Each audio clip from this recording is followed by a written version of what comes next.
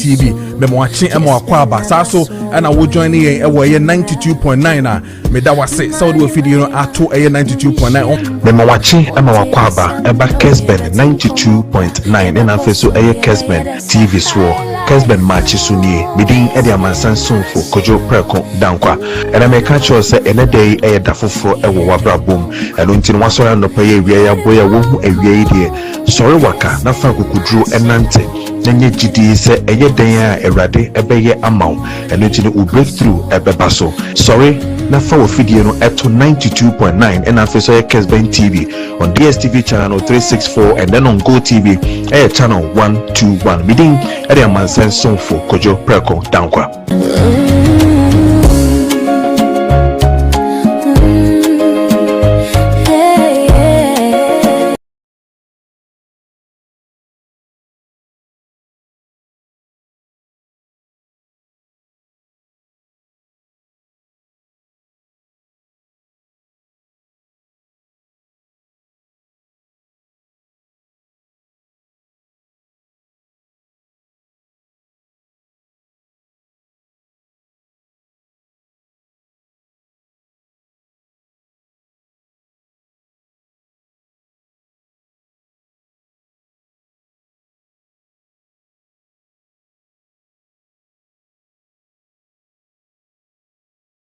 You know, what we hear Antare Papa say. I will shout to you say yes. I quite said the show already made. You know, so we'll quite sorry. So we'll quite Juma. Office where now feels so why they outdoor in there. Yes, funeral. You know, che pam ya dear or pam nina come.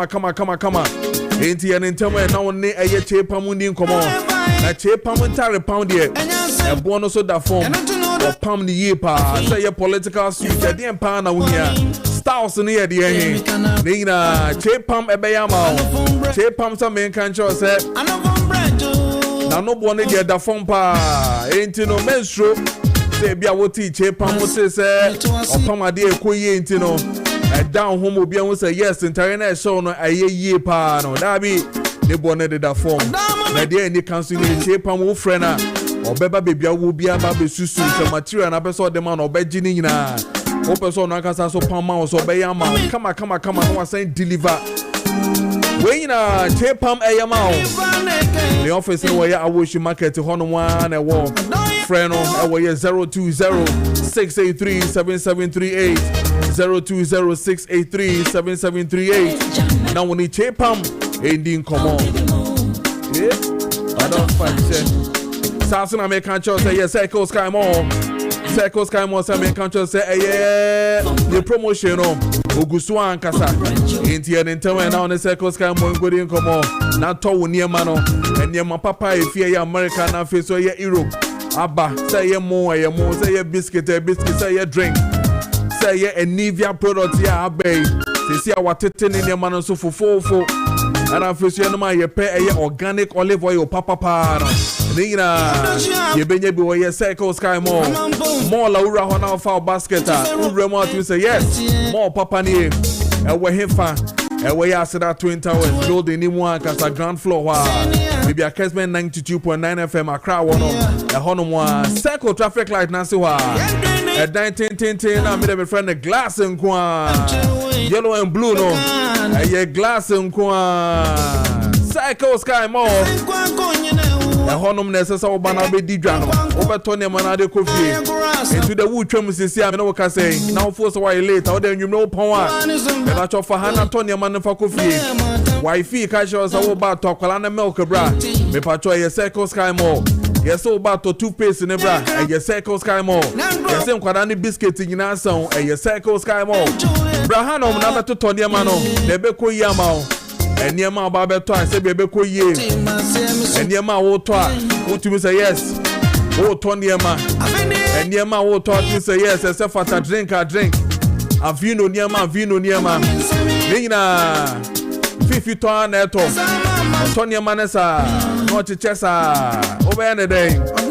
From our 0240-212-510, 0240-212-510. And after say 0242-346675, 0242-23 46675. Now when you say Circle Sky more for Indian come on. Sasana make a choice say Sadike Basen yes 7 meeting at the man sign soon for Kojo Preko Dankwah. Matana see till 10 o'clock and answer 9:45. Me no one say Jumedi we na fe no yakoye ni mini ahwe de ekoni de bengina. And then no yebedi nkomo ye pa.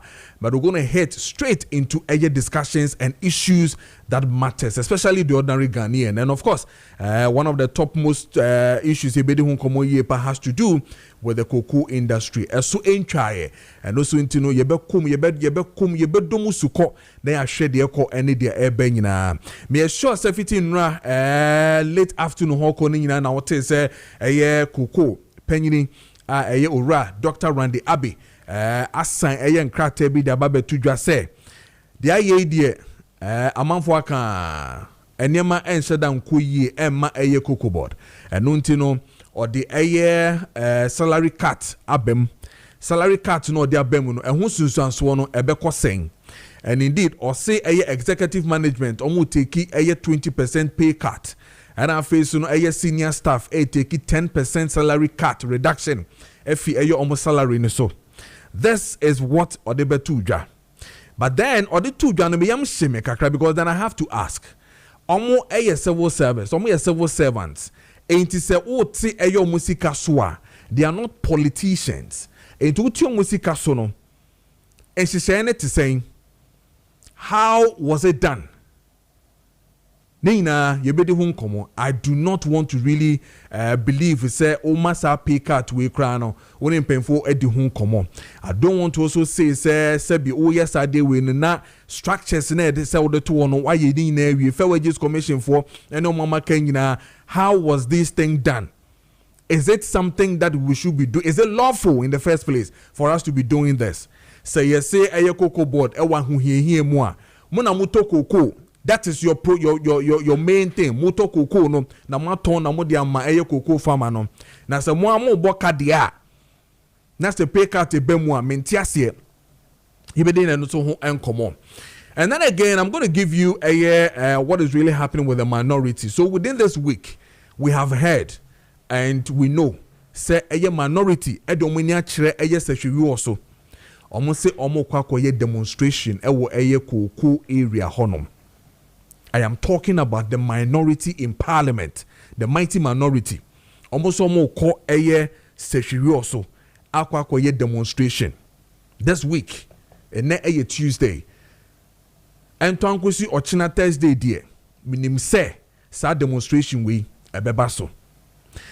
Yes, I saw our press statement fee a Cote d'Ivoire. We all saw it yesterday. It's in French anyway, but then Yankasa Union Bar or a newsroom, a Kessben newsroom. Baba Bettina say on the French no Tiepa. Back in kind French him na listo wala tibi.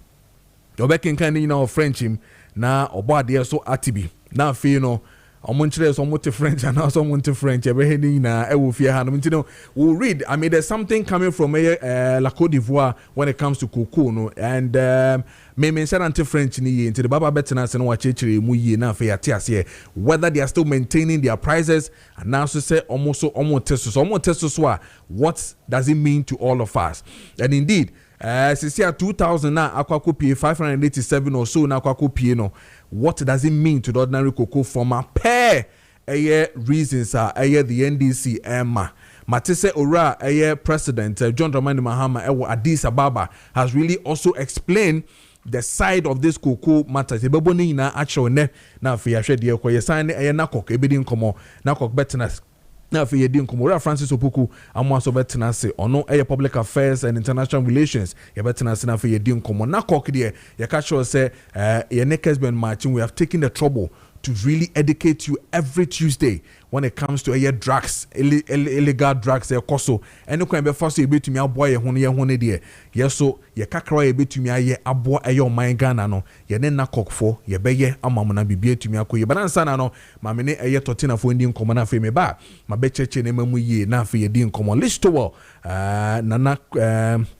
Kusi Poku Atenase, Executive Director Emma Good Governance and Advocacy Group, Watenase, Saso and Anana Obadie Opambo Boating, President Emma Concerned Farmers Association. Or also what today we're going to drink deep. We're going to ask too many questions, and these questions demand answers. Ebedini ina hon komo ene anope. Totina bibi aboko there. I'm not now, sorry. Radia dum kakra yeguso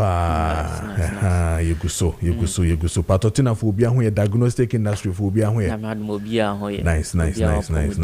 Obia upon because T74 there who here.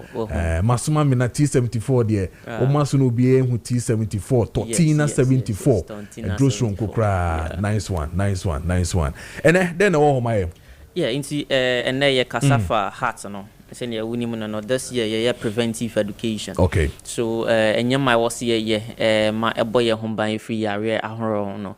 And then you do ejuma this year, and we've talked about ulcer, we've talked about diabetes, and my diabetes mind when you will see D man boy. Today we are looking at the heart.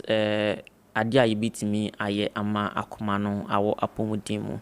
Yes, now mostly taka say moja edi efusane. Yes, na just say moja ne movie ko bebia oni pedua no mu. Na the heart ana akoma no, it is very vital in this work. Akoma no na eboma moja edi efusane. Yes, na whilst adi no ebitimi nso atochema.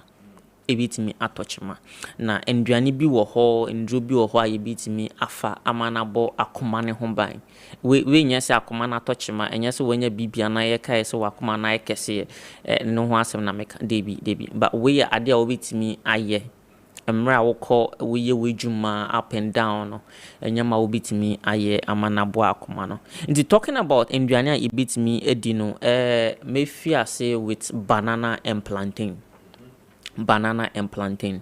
This fruits are very, very good for the heart. Banana very, very good for the heart. And a plantain and so brodier say opa no brodier no and I say fire eto and also say open so and your yatoto no umpacho very, very good. Very, very good. Inti but Nancy Ukoto Brodian and Katia, if you say via alcohol watcho. And I be say dear and your coffee broke man, your friend, a coffee rich man. Because you see, I know Yanam Nanke, you know, Coco and Katie to me talk. Is that any say I coffee rich man? No, Chachuano so nays, Legon Quano so. Say, our top body about when we say 10 cities, so say, wow, Catecatanos are 10 cities now. I Casa Cassia Park also, Mammy 6, Mammy 7, no more yegum, no more di. Oh, Sana Modia Betia, Sana Betiu, Betia, no one San Betia. Just a headache, PB or Manchiafa. But I think we need to eat those. Yeah, food, we need to eat those foods. Okay. Yeah. And we got back and so beans. Beans is also very good for the heart. Beans is also good for the heart. Beans, granite. See, I think we are in granite season. Until when I'm quite so bones and for a tongue cat and poucho pea a season. See, I be no fresh and I no fresh no be eddy. Until we drew a traffic move or beat me atobi no worry beboa wakuma no pa. That aside, and so you beat me out talking about other vegetables, vegetables, fruits, akutu or popo or mango and so on, mango and so on. Then so beat me last big rami tobi, yeah. On bet you trying to come, if you packaging the come, being so bet you or rubber mama, patch a very simple amount. So when you say own team consensus and we are there on best and some but.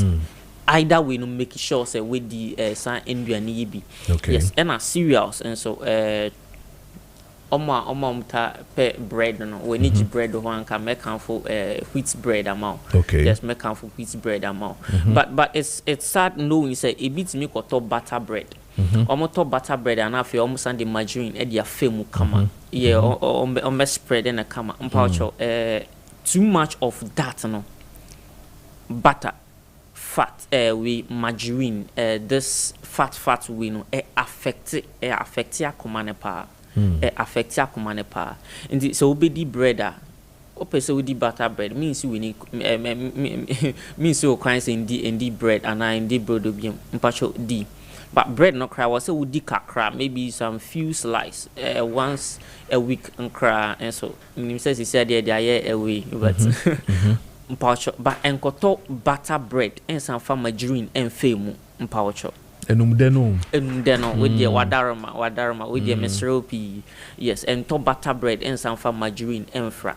Mpaucho wotaya mpaucho ejai na yenso ayeta pe alcohol ne coffee de na say me stress on coffee pa mpaucho ehu hia yes obenom no once a while but find daily habits we are no akope this caffeinated drinks no mpaucho wadaro me pi mpaucho teso yes na mbra we win so na we exercise mpaucho exercise and so emakoma no stamina nti mbra we di sanduani ya mebobo so brode akwadu mango beans ngobe ne na sefo no na we jai butter any margarine any those fats Indian no na we jai alcohol no so what so no mpaucho no exercise kakra we nyine wi a wadaroma no ape 74 and so aboso yes 74 senye ni no eboa with akumayare yes na nya se wenya yare ne pen bitimi aboa se emra o apomodimu a wokọ ba no unya 74 so a ebitimi abo wo ho ban iye pa se wo yobi nso a ebi wo ye dwuma kakra wa bre unya 74 ebe delay with that as well. Nti Mr. P say ni million 74 immune booster. Immune booster. Nti enye say yare buy ansa na wakwa akopɛ 20 na echi kwan wadarama pe 20 na 74 CCI ene ya embra wa pomodimo no pe 20 na 74 na fabo ho ban ene kasafa kuma no so but ye nim say 20 na eboa with other conditions so we dey na citru yare say a crew say ulcer ayaka ho asem etwam prostate ebitimi aboa but ende we are stressing on the heart stressing on akoma no say ebeboa enti baby will be a peton na 74 obitimi about pharmacies ebe and as a herbal shops ebe oko kanshi drug lane ubenye bi oko Ashtown kuma se kolina ko ho ubenye bi nso ho akwa koton anase akwa konom yewe na emboa ye nyina yewe na emboa nyina na senia onim no formula na formula na 32 na yes open sushi na 3 cup na 3 no apedro no 2 e dia fra no wanom anopa ene nyumbre 30 to 1 answer na we didi say wo ensem se bi nso anase bibi hawadwen so a obetimi nso afrayen on 024 607 3498 024 607 3498 and 050 162 8931 050 162 8931 o friends so asembise bia obia ya be pekena yeni wedding komo senator na betimi abo all right Totina, you better say pa. Yeah, that's 4 minutes into a year 8 a.m. and you need Tontina for NAD go common diagnostic herbal industry for and you know wedding common yeah that's be don't no kopebito wo a pharmacist in a face so a herbal shop will be a unsa ebe can be na onyomu edi and common. Yes, I say na for ending common so I say na me kan ye na cock a Kessben matching and then na cock addition afa aye and rubone and a physical kwan be fa so a na besua de ne hu hawa ye behwe ye hu especially emabunu no na face so ye awofo nyina no ye betima monitor ne mabia ensem fata no ye betimi ahwe ne nyina no we going on with it until say ye nyina ye beti ase say adesua no sisi ade ame ye koye ni wan kasa enti ne nakok eba bedi nkomora Francis Opoku amwa atena se director of public affairs and affairs international relations atena se ye ni nkomona afi iwia na ye ne list one affairs na no bade ahihye so and when it comes to the cocoa issues matters arising and ne mu nkomo nyina ye bedi nyina ora Francis bia bokọ de nyame adum kojo as last week my son can pressure last week no say call parliament yeah man kakra but nyame adum yeah the must say ne ye wa ha nyame ama ho de ye ni mu bedi nkomo yeah that's pa answer ne beba enne edie no so no last week ahemfa na ode ye shase fie so that you be pie eye enne die no so cause enne die ne hia me ye pa yo me da say am say last week yɛhwɛ yɛnnuamo a yɛbɔ dawuro nyinaa no na Stella no ɔmo adwen nyinaa ne sɛ ɔmo bɛkɔ so anom no bɔne no na ɔmo ato mu ntentan entim sɛ yɛhwɛ sɛ ɛkwan bɛn so na ɔmo ato mu ntentan yɛbɛtumi aboa ɔmo enti yɛkasa fa rehabilitation ɛho na yehu sɛ sɛ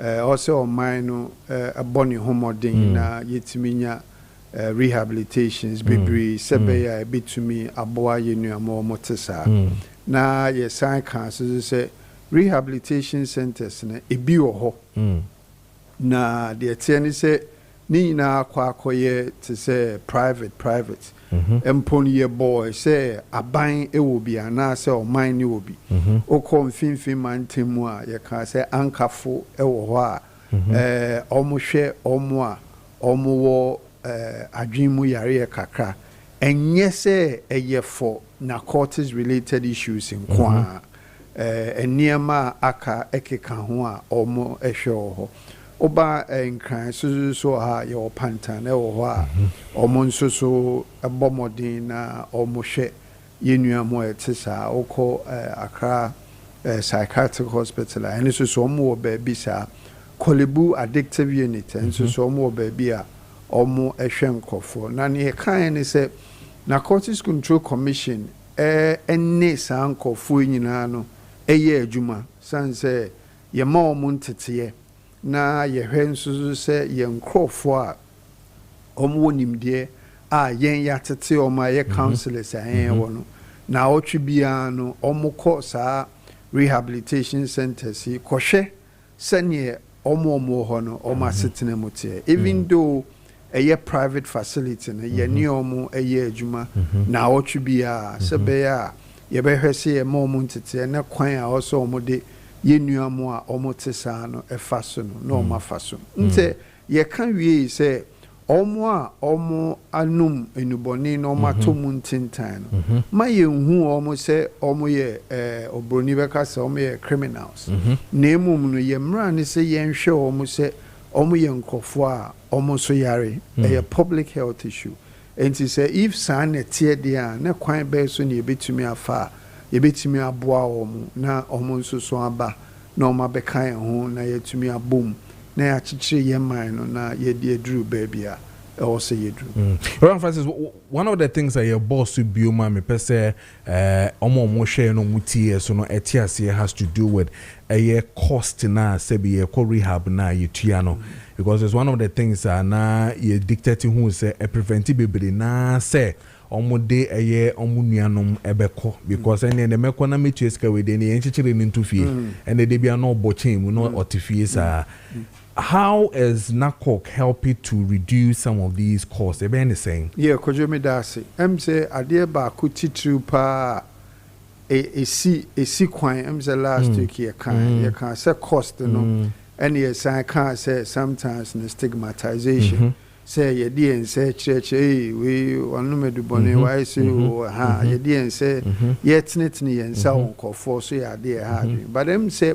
Ebo na ewomu no ɛyɛ adeɛ titiriwa etimi si nkrɔfoɔ ho kwan paa san sɛ ɛhɔ no yɛ ankrankra bi ɛna wayɛ na adwen sɛ ɔyɛ saa adeɛ no na ɔde aboa ɔyɛ no ɛyɛ sika na emumu no ɛkwan bɛn so ɛni yɛbɛtumi afa yɛbɛtumi aboa saa nkrɔfoɔ no na ɔmo no ka no aba fam saa adeɛ biara no sɛ ɛdɔɔso na se quality nso so wɔ hɔ a ya na ne bo no nhyɛ da nyɛ den ba sɛ kɔyɛ bibi kakra bi na nipa kakra bi a na afɛ akɔakɔyɛ sɛ bo na akɔakɔyɛ den enti wo hwɛ yɛ mmara ni mu a Narcotics Control Commission Act 1020 Act 1019 no ɔwɔ wo hwɛ section 19 ne section 22 na ɔse yɛmɔ yɛ homɔden na yɛntwa fotoɔ bi na saa fotoɔ na yɛbɛtumi atwa asi hɔ no nyuma yɛde bɛdi nyinaa ni sɛ ɛyɛ ɔmo a ɔmanom adubɔne na ɔmakoto mu ntentan a ɔmo ntimi nyɛ ɔmo ho hwee no na anigye sɛm ɛwɔ mu ni sɛ Minister for the Interior ani abre ɛwɔ saa fotoɔ no so paa ɔno ankasa ahyɛ bɔ sɛ ɔno ankasa edi sika botini behim sebe ya yebetumi aboaboa sika no na yetumi de atwa yetumi nya sika wo saa foto ni mu a ne ebeye ni se omo a omo yare saa no ekwan be ne yebefa so a yebeso o masene te enya aban de no okọ na se okọ ankrankra ho a ekwan be na Ghana a yenam na Narcotics Control Commission so yebetumi abom ne aso saa nkrofo na asene na ometumi enya ometumi enya asene so bi sebe ya ekane nyina no enkode abusuafo so enti saa de we ni ade a ewo mra ni mu a yetu ho anamo sebe ye ebetumi aye ni etintim ni ye ne so abamfa so ama omanfo nyina na ahano so ma menka ohwe mra ni mu ana oka okire kwan a yebetumi afa so na saa foto no yenya ska bam ni edikan no se ye de aban ebetwa a parliament ebeji atum no dada yebosumi anas yebosumi sikeba no efa bi ebekọ ho anase se obi kodi nuboni hu edwa na ye che no na o japade bi na de court na court no ensusu agitum ni etonwa yetimi de efa bi ekọ ho ena ankran susu anyame adom omo a omo sika omo ye nyuma pa no omo nsusu betumi aboa sebe ya yebetumi aboa yenuamu a omo sa kwan so okay oye yada se yene eye Ora Francis eye opoku amoa a oye public affairs and international relations ema eye nakok ene yeno no edi enkomo no now yen share last week ya be pon na adebakwa na ha ye pa na mesa be bosu bio no so manom ya cheme se menom endrobone maybe a matiashim constant ya dia menom na the western say be efie for be ne say ye be free police say abrantie etifie hanom de bia de chie bia se be si na no ani ni a free police na police so aba be che no police che no so a ye say endrobone na wukra because emra no ese ye nkra sade no ni akogeli sani pa kro no me person me who which one do we have to jail any dear SSA then they call rehab yen my wofie ya yen nuanom yen yes sisters yen nuanom man memo mo yes ade we nyina no the first thing that comes is that police but nakok doesn't come in our mind I didn't hear yo me da say say nimdie bebre a yen nim enso so eka ho na edikan ne say emre bi a atwam no na en maminka ni ye se empo sabre nyina no so obi ekofa enuboni a ye kromu ha ye nim ni bebre se wi a ewodin bebre no na se nipa no enum a emratia emra eka se obi a obenum ode ne nsa besom obedi hu dwa obebo hu daru ni sane mane nyina etiamra na ne asesa ewum kakra anase asesa womu pi ene se iti se ne medical kan me kan ye mra pon no ne focus oboni be kasi ne focus no a shift kakra shift ne se first mra ne de ye adwuma ye PNDC law 236 no na enu ne ye hwe nyina no oboni se na ye punitive ne nyina ne se yentwi ni panaso yetwe na so obesesa but enhwehwemu am ye hu se enye ni nyina na otwe ni panaso a obesesa entini ni se no ne emra no ekire poti pan ni se focus na asesa no ose se obi a onum enubone ene sane man yenhu sane pano se oyobi a oyare eye public health issue obi a oyare nemum no se obi yare a eye moana nipa ni hia also de ne choir sabia na yehwe ekwan a ebetumi de afaso na nipa no eho atolo na ne ewom titu ani se omo ayana omo yesa nuboni especially weed any ade ekeka ho a omo tomu ntintan no ya na emre bia no omo pekwan a omo befaso a obroni se obe sustain sa ne habit no entini ni so wo fie a emprepin de ya na omo ye ni se mami ade da ho a metumi afa eja ade da ho a metumi afa sister ade da ho a metumi afa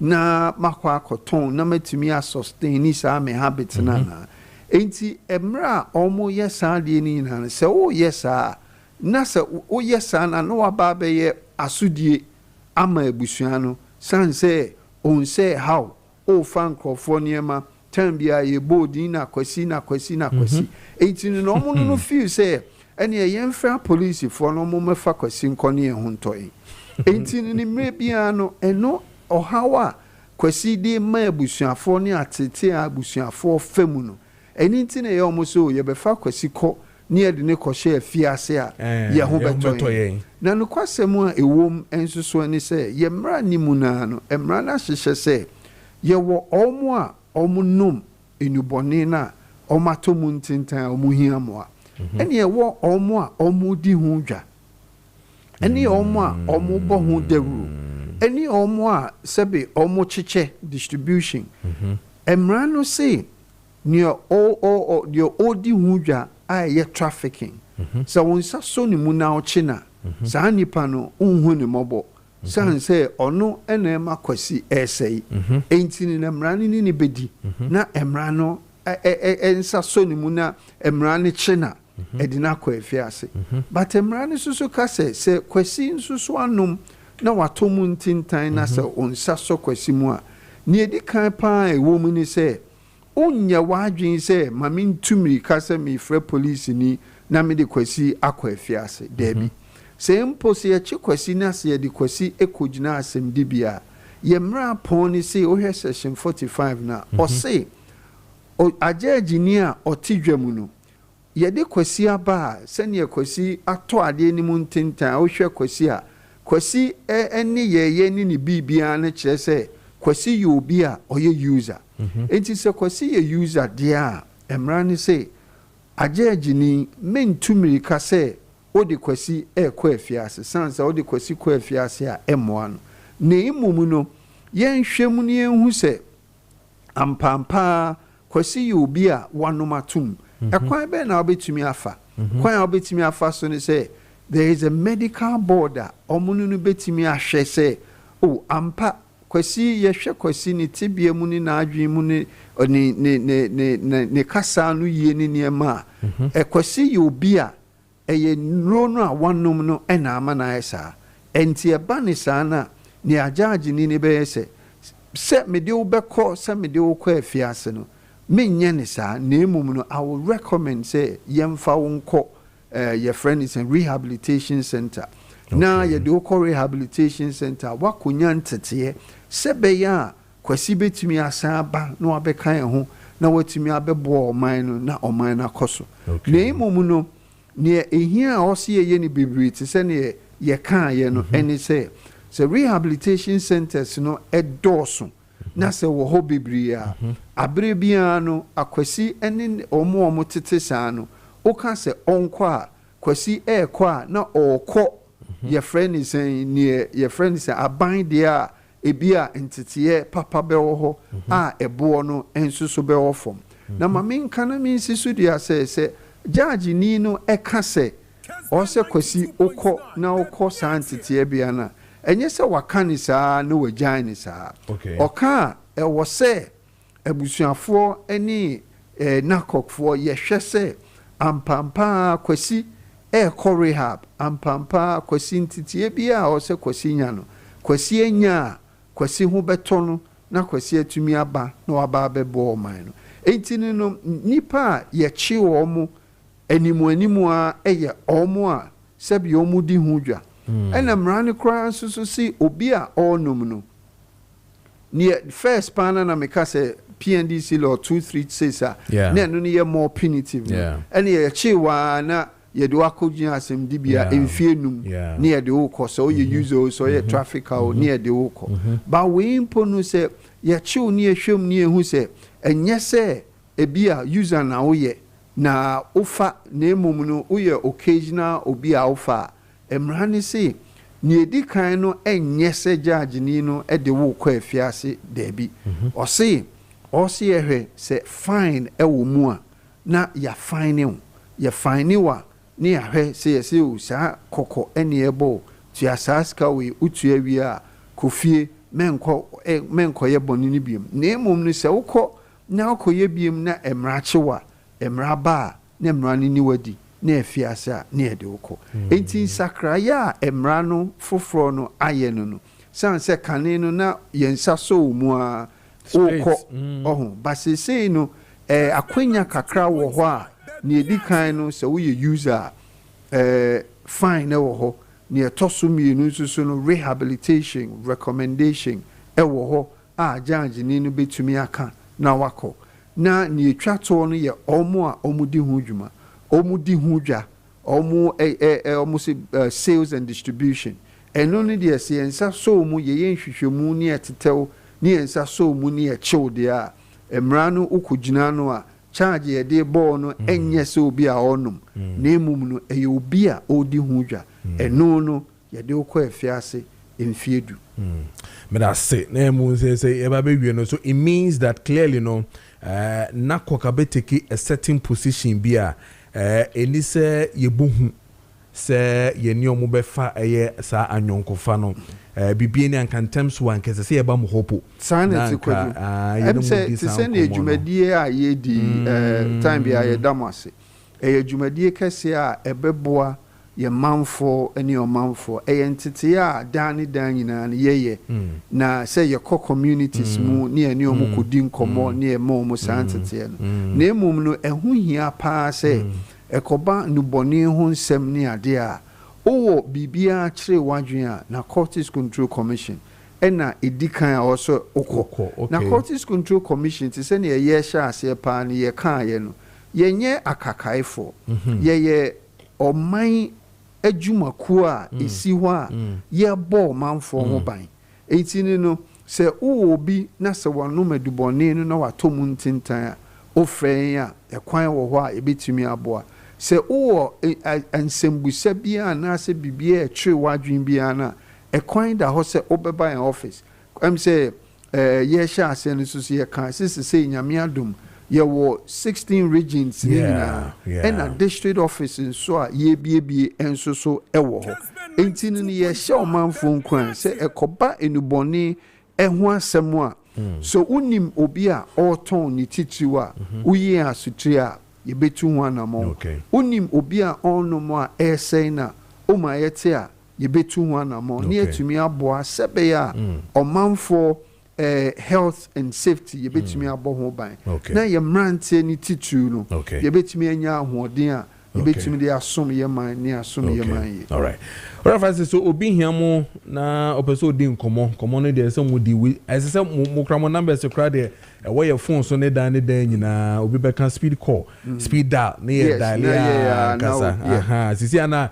enye hu na ese ye ban de first no de na IBB ho ba sisi there as a friendly matters abam into no yetimi bisa question BS sisi bisa bia I mean my kwan na enye den Kojo ekwan na ni se ti se na medi kan no ye offices ewo Ghana na ena ye office ewo nkran hanso so a se unhia mo a ofre yen a ye number no ti se ne o kan se be ya obi abetimi afre no broni se to free okay enti no 0800 okay 307 307 enti 0800 307 307 etini ye number no a unya frepe a emwa bia na uhia efa enubone ho se obi na enum unim baabi obi ton unim baabi ekoso enti oso yi asetri ne etu ho anamo a na yetu na yaye Kojo we dey me ye sorry so kwan minim se ye nkomo a ye beto ye bo ase na ye di se bia next week kwan na se sene ye na ye beto ye bo ase ne edi no eye saa industrial hemp na bana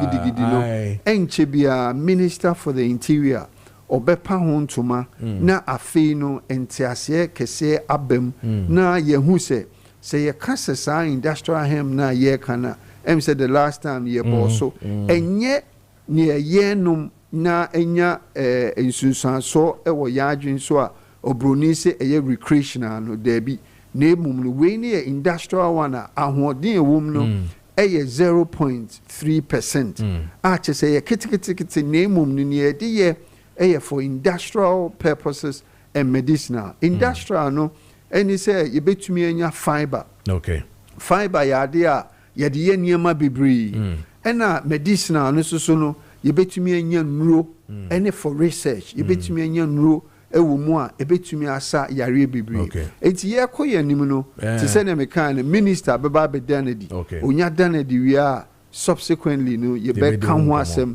na ɔmo bɛtumi a qualify agye tumi krataa no matumi adi saa adwane nyinaa yɛbiem na yɛdi ho nkɔmmɔ mo bia me ne Richard bɛgye asase de owa asase sɛ owa asase a ɛno no ɛyɛ one of the requirements na saa asase no so kora na ɔsɛ yɛ asase a ɛyɛ titled wodin ɛne obi because ne yɛmpɛ ne sɛ wahyɛ odwuma asene na ɔkyena obi de ugina court ɔsɛ yɛ asase yɛ abusua de a wɔsi sei na manso ɛsi so a ɛntumi ma botainti a yɛde si hɔ for adwuma no etumi akɔso okay all right yɛda se yɛne ɛyɛ owura Francis Opoku Amoa ɔyɛ director for ɔyɛ director of public affairs and international relations emana kokini ne di and common 26 minutes past 08 we did a man sign soon for Kojo Preko Dankwah afi yemra na afi medi common ye hwede ekɔ se na medi kan two press statements and APM. One is from La Côte d'Ivoire where they were also talking about cocoa matters in cocoa issues no omudi hu komo yie pa do ma chocho ne de French enu nti no our newsroom French lady Grace Baba Sambetina say na wa kenkan ma no abono tofa no akire de ompeso mo kan deporting when it comes to omukoko no any other matters in ina. And then like I told you, there's another press statement that is talking or speaking to the issue of salary cut from the executive management, which is 20% pay cut. And officer yes senior staff almost so omajiatum say omo ebeji 10% salary cut reduction e cocoa board. And this one is because Niema ensure that enkoye operations when it comes to cocoa board enkoye intino or matete eno. So will that change anything when it comes to the cocoa sector now and say a day pa NBC? Which one are we really dealing with? Are we dealing with cocoa board as an institution? And now so say what the cocoa farmer is going through with the LBCs, and the pese yeshe. What is cocoa board doing? Domo yano. What will be the essence? I bema anansi so e wo so e bema donary cocoa farmer no. Ne nyina ye ba be di ho enkomo. But ansa na baba beba no. Ma mema ho entie e wo 92.9 so and afi so share e wo ye TV so ye Kessben TV and then on DSTV channel 364 and afi so Go TV channel 121. Some of the farmers are enkomo mu die areho ene eho ensemo mu di enkomo mu di efa cocoa issues no ho kuafo no ensemo mo ka no yentie na afi yenhwe bi na memra back sisia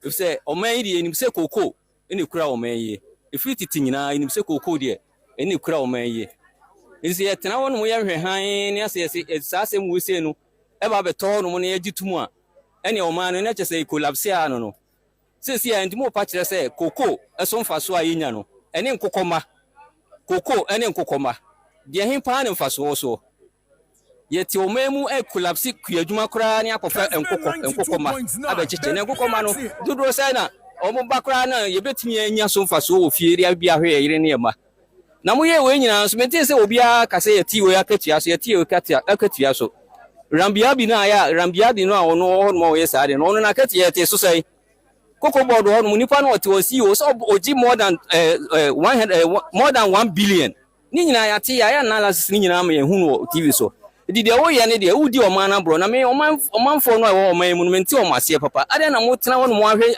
ayehwe han ama mahama ne NDC abo man yi sa uko kan wanya sem ene o man ya timu Sabi o se wa we na se okoka sem bia no obi ho ekura nya ba ba che oni edo ko nya kokun obi en kasa nti mo tena ho no mo adi abro kase ente se nana do ba e kura ase nyina ba bia yi kwan e da ba bia se unam na se ukopɛ aduane na de gu a uka kire taxi a na bobo ya kura na akofa na odi abro papa de na onye yehu covid by modern man na do boy even electricity crowd the best abosom miensa eche ensu odi abosom miensa che o man no opo we nyina achi no ye ma eco school free school no eco no free na emu buy no kura no nen kura free da aye wese kura de mo ye no ya na ahomte na minim de enti ampanifo okro o man mu obi aye din na nanu mo aye din mo sori nyina na o man no boto miwa no de o mo gi bebrebe a o mo didi ewo o man mu eni o mo sika eni adwapade a ya o mo pre ekọ mo busuam ni o mo pre afa no de eni de da so ya adwuma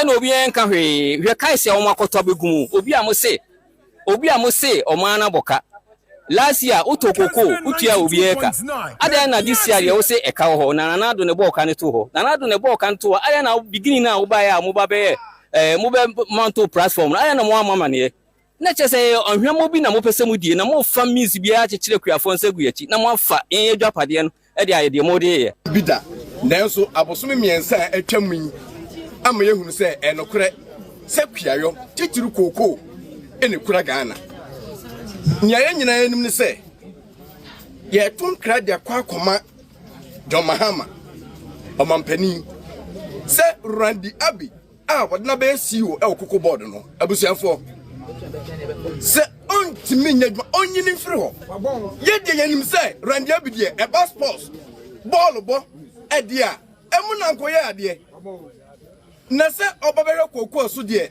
lalai nyameka nyina ne se NDC ni John Mahama yesramu munyi Randy Abi mfiri ho na mama obi a owonim die e wokuayo mu obi a onim ensanso nim nkrampan obi a onim akate eni kokwa asuru no ofarum na medi djuma no wetime di yie Randy Abi de yenim se sabi monimu a enkrani senso se kodo obi o senso fishes baby eni beka se onkonkwo hwe no mompompa mo homa senso onkonkwo na kodo no mu se yebesi atuna yi na mo eno so ankeye John Mahama stresse baby bia ya du bia no mommo yen na kuayo etimi ko nanim etisa moma na adodankwa akufo ado price na de buy no momfie no ma akuafo na akuafo so etimi ni yi anura me kwaafo mu ebo mi no nsiafie banku ball ba akokora me ntumi me gina we kom de me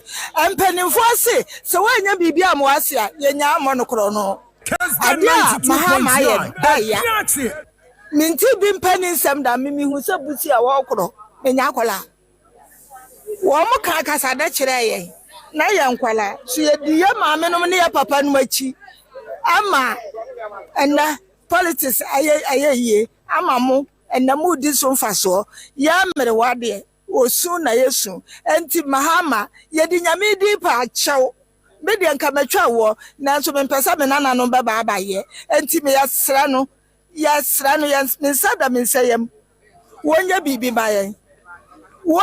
mayen na se Mahama wode yesika ni dwa nanka wode yesika dwa nanka anso ya asantefo ya nwe nanka ani ye de yesika abedwa nanka ya de yempe ne to ampe ne no na na kufu ado sika wo twa to so ma kuafo no onfa ya de mayen na kro no wanya bibi amayen wo makro no ensi ho no ofie sika mayen na yanso yatumi ahwia nananom amomo so benya dibia no a wono so wanya bia no wo bia ni ho aya wo no ya president e ahwepa ene kasada ene afutupa ene anyamsoma wo de betete wo ba no ene etimi akosoro enti yasra no wo ofie sika mayen na ya nananom no yentumi amaboso eni wo mo achi wo mo ntumi be ya bibi e wo Ghana yasra no me de me nka ne kase ya pa ne chew yasra no wo ma bibia mrefem wo fie sika dada e maye ye mpani sika no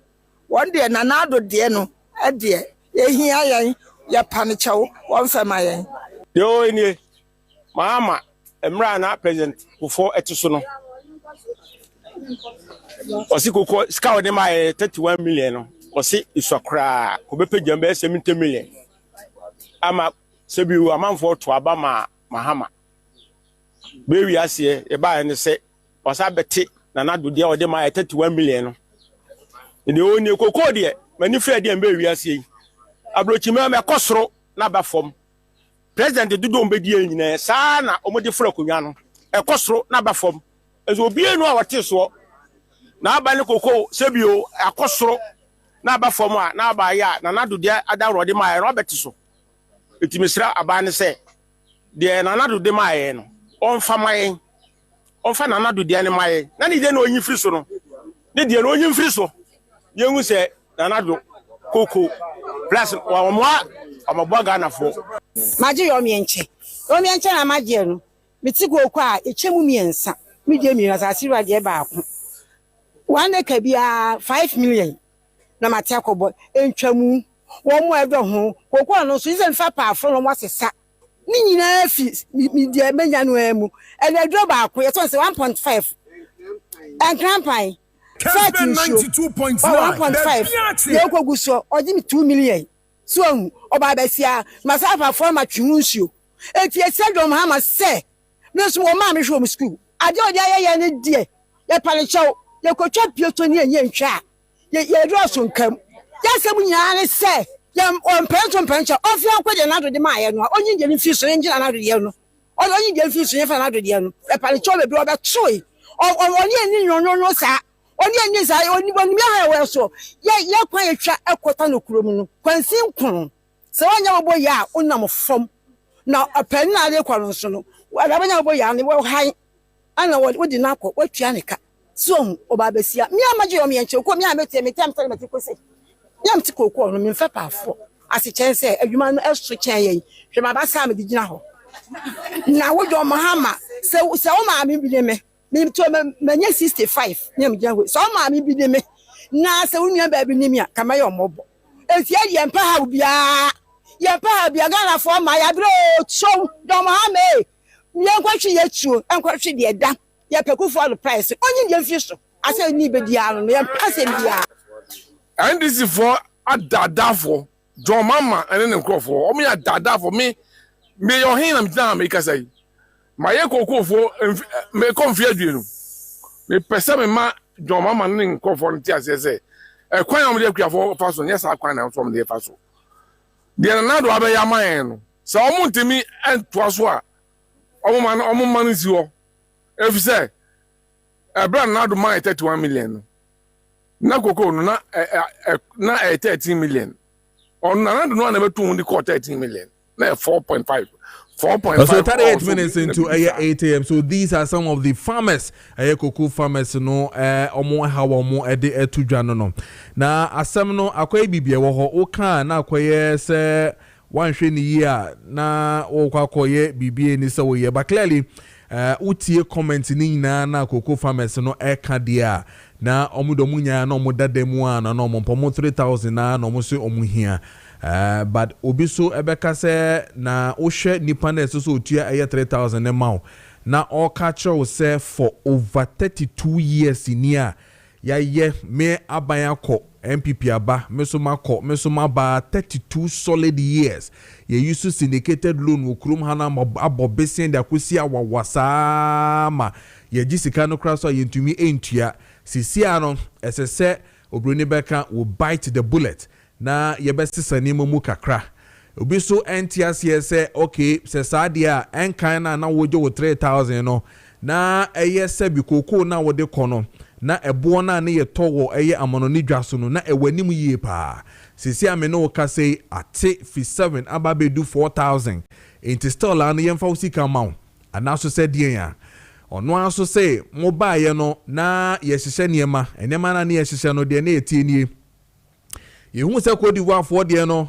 ekosro no ne yeso ye pagya ye de ye pege se ne be ya montumi nkoye smuggling emfa nko eye kodi voa enu nti no ye ko gina mu ne ye pagya mu ne de kosi baabi se ne be ye ne se obroni se farm gate price ye to mo honom na direct hono a ahia de mamu no ye beto ne sa se ne be ya onso akoko no enko kodi voa border na wonkoton enu nti no ye san pagya mu biom ekosro ema no kire se enya de obese wode kɔ honom na ka hunu se woje sasika ne nyina no na nipa no kwa koton na cocoa board na LBCs no na etesen ewo dwaman so ne nyina yebede hu nkomo ene ewo fia ha no bisa ne sempemfo atenase cocoa farmers atenase yebede nkomo ye baba medical catcher say there was a press release that came in yesterday from the Cote d'Ivoire hona na make wasemi and indeed aban so catcher say non community Cote d'Ivoire kra kwa won sa wo pa when it comes to cocoa matters but menim de esi baba Atenase baba eye Kessben newsroom or to French pa you have only French lady ofi hano no watenase onken kind press release in efi hoban indeed we did the double check yesterday amiye hu say a very authentic before we come serve you with that particular press statement you know baba me mo achi bia boko there bonjour ose bonjour. No, my just so. That's good morning, Memo Achi. Oh, Mammy Achi. And I can say, and the bonjour, ne French, you, the Mammy Amian, and the Banaway exercise. Oh, but I think this one is just a simple one. I do come bonjour, my just there, Sabattre be a one. Okay, Lydia Mekai. Many used to win any in a kai, but they can any Yankai. They can't review. And can't review. Now, Baba, my entias here. And did you do a double check on the press release now? Yes, I did. Okay. I did. Okay. So I went to Ivory Coast, that is La Côte d'Ivoire, on my website. Okay. And I also saw other media stations in the country. Okay. Publications like they've also made. So it's authentic. Very authentic. That comes after so. Okay. Just almost so abiding so. It's not just after cabinet decision now take the finance minister officially be my reasons in tier say be 2000 587 per bag no ebe so no yes you no almost issue statement exactly okay it's a kind statement in my answer listen pa to be aboko there. Okay, all right. Nana, bibi aboko. Farmer papa farmer tenancy. But Baba intino onken kind they see or Cote d'Ivoire. Now fe yemfa and compare no as to what exactly they mean when it comes to mukoko issues in Cote d'Ivoire. Into kind of French one. Now fe watch I say na yati I say intino. And then our press statement what I can come So this actually is a release from the Coffee Cocoa Council. But Coffee that's Côte d'Ivoire Council in Côte d'Ivoire. Côte d'Ivoire. Yes. Communiqué du Conseil du café cacao. Inti coco ni cacao. Cacao. Okay. Ni kaka. Debbie. Cacao. Cacao. Yes. Okay. CACAO. Cacao. Okay. All right. Okay. And come in. Okay. So on the release, le Conseil du café cacao. Le Conseil du café cacao informe l'ensemble des producteurs de la filière café cacao qui le prix d'achat bon champ garanti du cacao fixé pour la campagne principale 2025-2026 à 2800 francs CFA le kilogramme sur l'ensemble du territoire national reste inchangé jusqu'à 31 mars 2026. Le Conseil du café cacao rappelle par ailleurs que, conformément à la réglementation en vigueur, le délai légal maximum des paiements intégrés des produits livres est fixé à 1 mois à compter de la date de livraison effective. Tout manquement aux obligations relatives au respect du prix minimum garanti au respect du délai légal des paiements intégral des produits livrés expose les contrevenants aux sanctions prévues par les réglementations en vigueur. En conséquence, le Conseil du café cacao invite les producteurs de café cacao à dénoncer tous les cas de non-respect du prix minimum garanti et ou de retard de paiement auprès de ces services comptables et des autorités administratives afin que leurs contrevenants subsidier le rigueur de la loi. Le Conseil du café cacao réaffirme son engagement à veiller au strict respect de la réglementation en vue de garantir la protection des revenus des producteurs, la transparence des transactions et le bon fonctionnement de la filière café-cacao. La direction générale. Yes, so the almost per actually say the farm gates say odi kai e kan yeah, price no moto wo ho na that is price na omoto e wo ho no mo no na la Côte d'Ivoire say almost price for 2025 and 2026 it remains static as it is. So static no e 2000 we dormi with 100 francs. So 2,800 CFA francs. 2,800 CFA. CFA. Okay. Yes. Okay. Yes. Okay. Per kilogram. Okay. Per bag, as Per, per yes, bag, no? from the farm gate, you know. Okay. Yeah, so 2,800. And see, it's not changing until 31st March 2026. 31st March 2026. 2026. So next month. Next month, until so they are all holding on to this 2,000 dormi with some francs until 31st March. And see, the Council of Cocoa from La Côte d'Ivoire says that say omo bekra na omo to cocoa ne efrom hono ye mo a maximum of 1 month obeje cocoa na me fa say bia aban beje cocoa wo mo chen omo ye na you have just a maximum of 1 month to do the payment. To do the payment, but they are holding on to that 2,800 francs. And we'll check in the cities. I think it should be around 55 cedis per kilogram. Per kilogram, 55 cedis around that. When I cross-checked online, so you have a maximum of just 1 month to settle the payment. Obeje cocoa na with the Farm Gate International way now. You have just 1 month. Now, anybody who does not go within the new rule now, about issue, no, there are sanctions for them. And moreover, no, so see who say obi ton ni cocoa abuade anani pakona atiswa. You have the right to report. Okay. Because there are rules and regulations that governs omomuye cocoa. Okay. Ejumano. So with them, no, they have neither reset their price, neither have they also reduced. They are holding on to the static price that omo ede abano until 31st March. And when you check omo per 64 kg, I the num like for kini Ghana has say you know a year 3,600 cedis per 64 kg. So per kilogram biano the 2,800 CFA is somewhere around 70 cedis. So 64 kg is around 3,600 cedis. 3,600 cedis. 3,600 cedis. Okay, they are still maintaining that old price. They are still as maintaining. Against the idea they call 2,587 cc.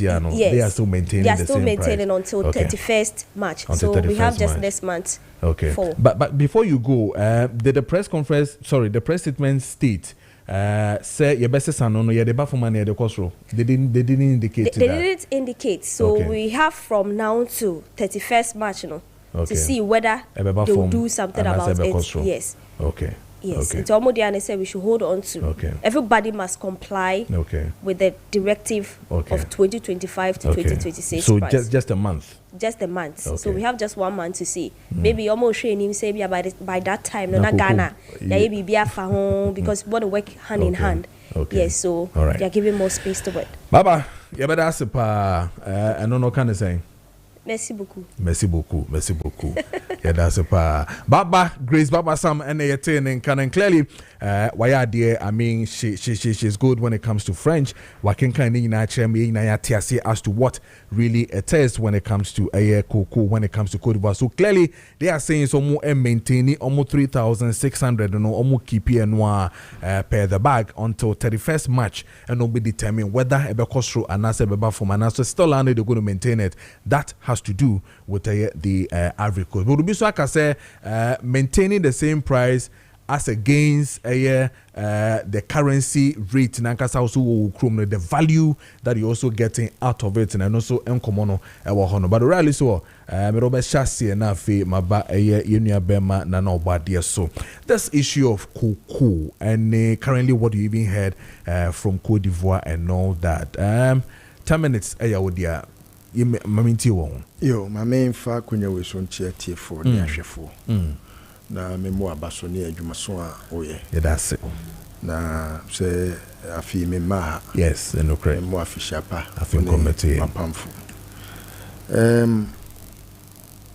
koyo yes sir enoma bi ha me kakra na edu ba bi a se ye amanyo a ye sensemo a ye de tu badwam no o se da bia no ye ma nukredie edi anim nti sometimes me namfo no bi kura na me nya adwen but I don't care. I think I have a better appreciation of Nioma Ekoso. I speak not out of hate or sebi. I'm not whipped in line. I believe my wisdom works at all times.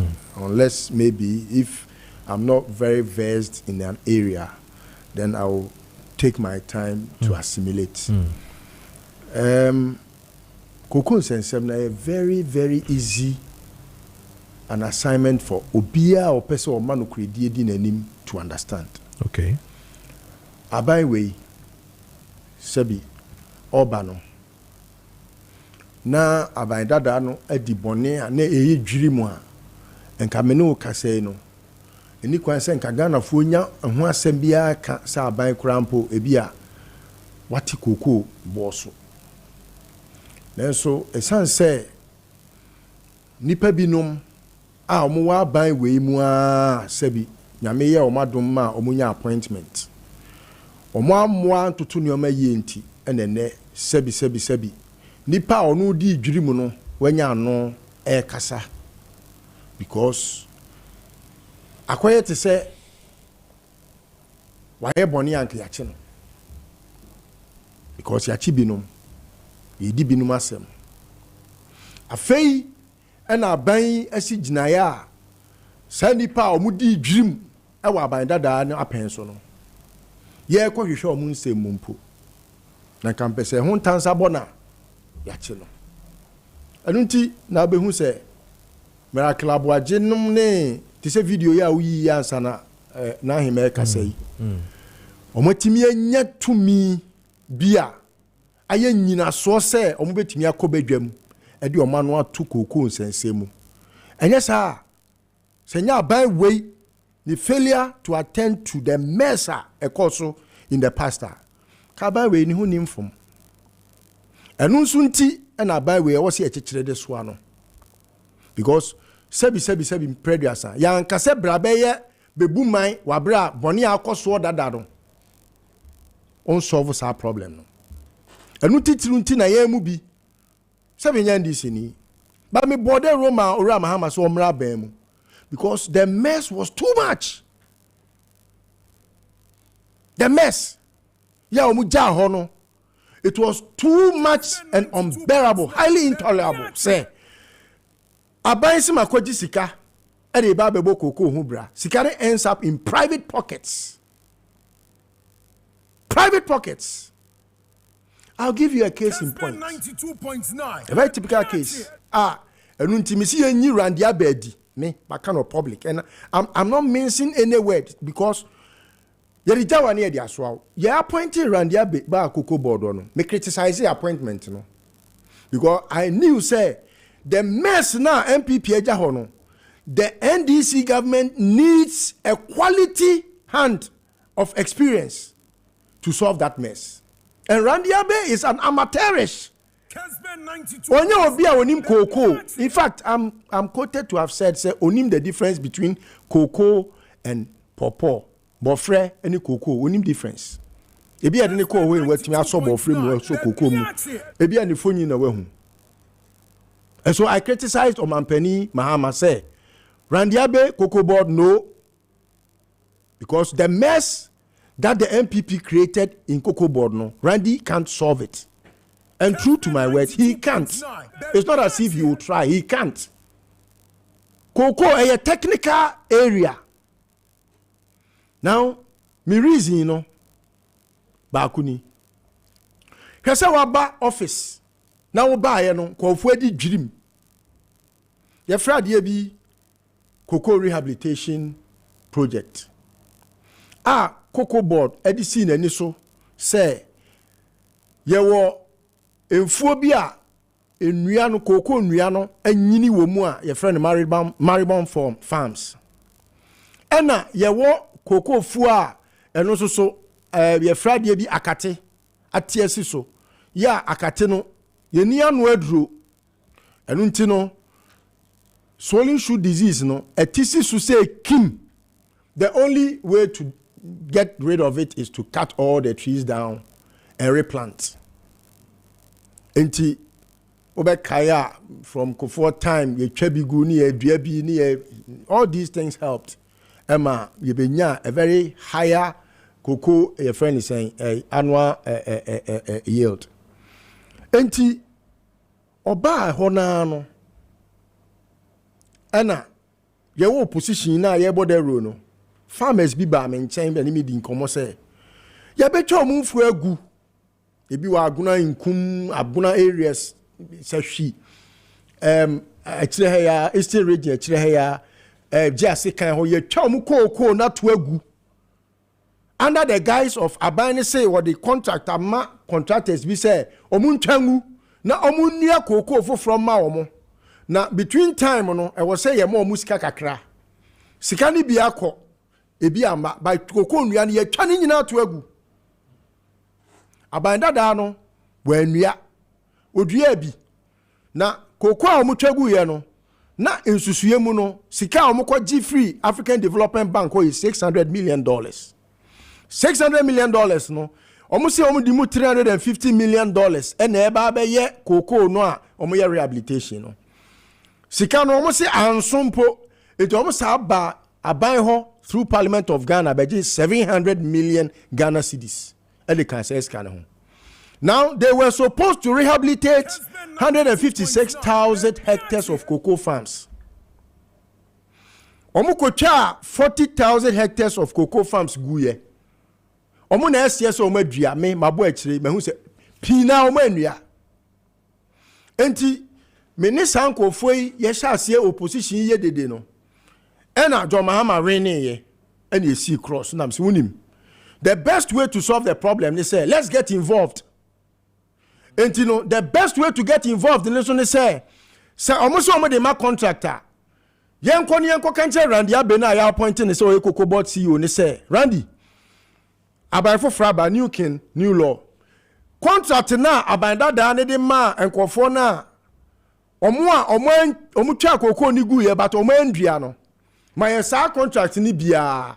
Now the Sikana. Yes, he adores on Purupa, Tim by half. Never says Sika $350 million, no, Temu half. Yet the Bayers are cocoa farm now, 156,000 hectares, no, yet the Bayer Nina. Why am I? And Kofona Abanda Dani Yusu Amona Sa by no anya Jumana, yes, so my 40,000 out of 100 and Aka 116,000 hectares of. Your friend saying cocoa farm rehabilitation, you know, Sanko for around the dear human omo. Eti wo pa ba we ye ana wo pa ba ni dream. I don't think I'm seeing any nadi.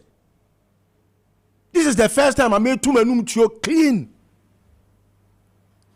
Because metro me krata me de come am penini. Say any dream any kita se any proya Edientina will be what by that them no wedi dream. Now, out of 156,000 hectares, no, who ran the abbey, what better studio? Aka ama mansia to say, omo ye 40,000 now kind of crap. Me boy no. Farmers ni bebre. One very old woman, 117-year-old woman. Mami Ajo, me call your friend is saying, Aguna inkum. Me no video. Yeah, also say you try to go gu ye.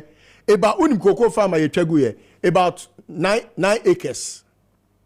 And ye chegu. Ye nua. Ono ne counterparts bebre farmers wa aguna honum bebre. Your friend is saying enya chrome baby bebre o ma nua.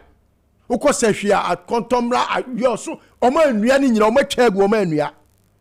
Enso mo be ka kire mo say baby o mu twa koko no ye 40,000 hectares no o ma dua ni nyina meanwhile it was a lie. It is a wotena ho na asem foforo ba na me se yanyi wadi na o reaction is say ya bandada no na aye mfomso enu nti enu na I lead to baby aye duru ya wo ye do ba se be ye den so wo be hwe o ma. Do you get my point? Sure. Enti no Randy and one mismanage issues no because senka one fa contract ya nkwa masa old company na nka me suspicion no enye grounded in fact. But these companies now omo ye adwuma na omo anya ni yie no they are the very ones you are dealing with. So who caused the problem? And who is the problem? The failure of yesterday is being continued today. So how can you get any success? Albert Einstein can say, doing one thing over and over again and expecting a different result is insanity. His words were strong. But, I mean, how can you, Sebi, by what stretch of imagination, now Ubeka say, Obia abanda da no ye adwuma wa anya ni yie no, obesa ma na adwuma. What's my point, Nazi? So that is why people say, Lusto, your call, so my man, Juma, Randy, Amano. And ya mean, I'm a Juma. I know, Kojo said, I'm not that type that will even stoop for those things. Anytime I want to make talk, I know you've been talking, I make one. Because the farmers came to me in opposition. And I saw their plights. Say, Abrewa, you turn the cocoa to egu. You can go and check at the Registrar General. Wow. Yes. So I was not fighting for myself and my plight. Sebi, nyame wayebi. I'm fine.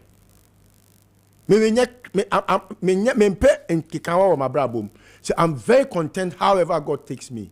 Because God has been good to me. Very kind to me. Amen.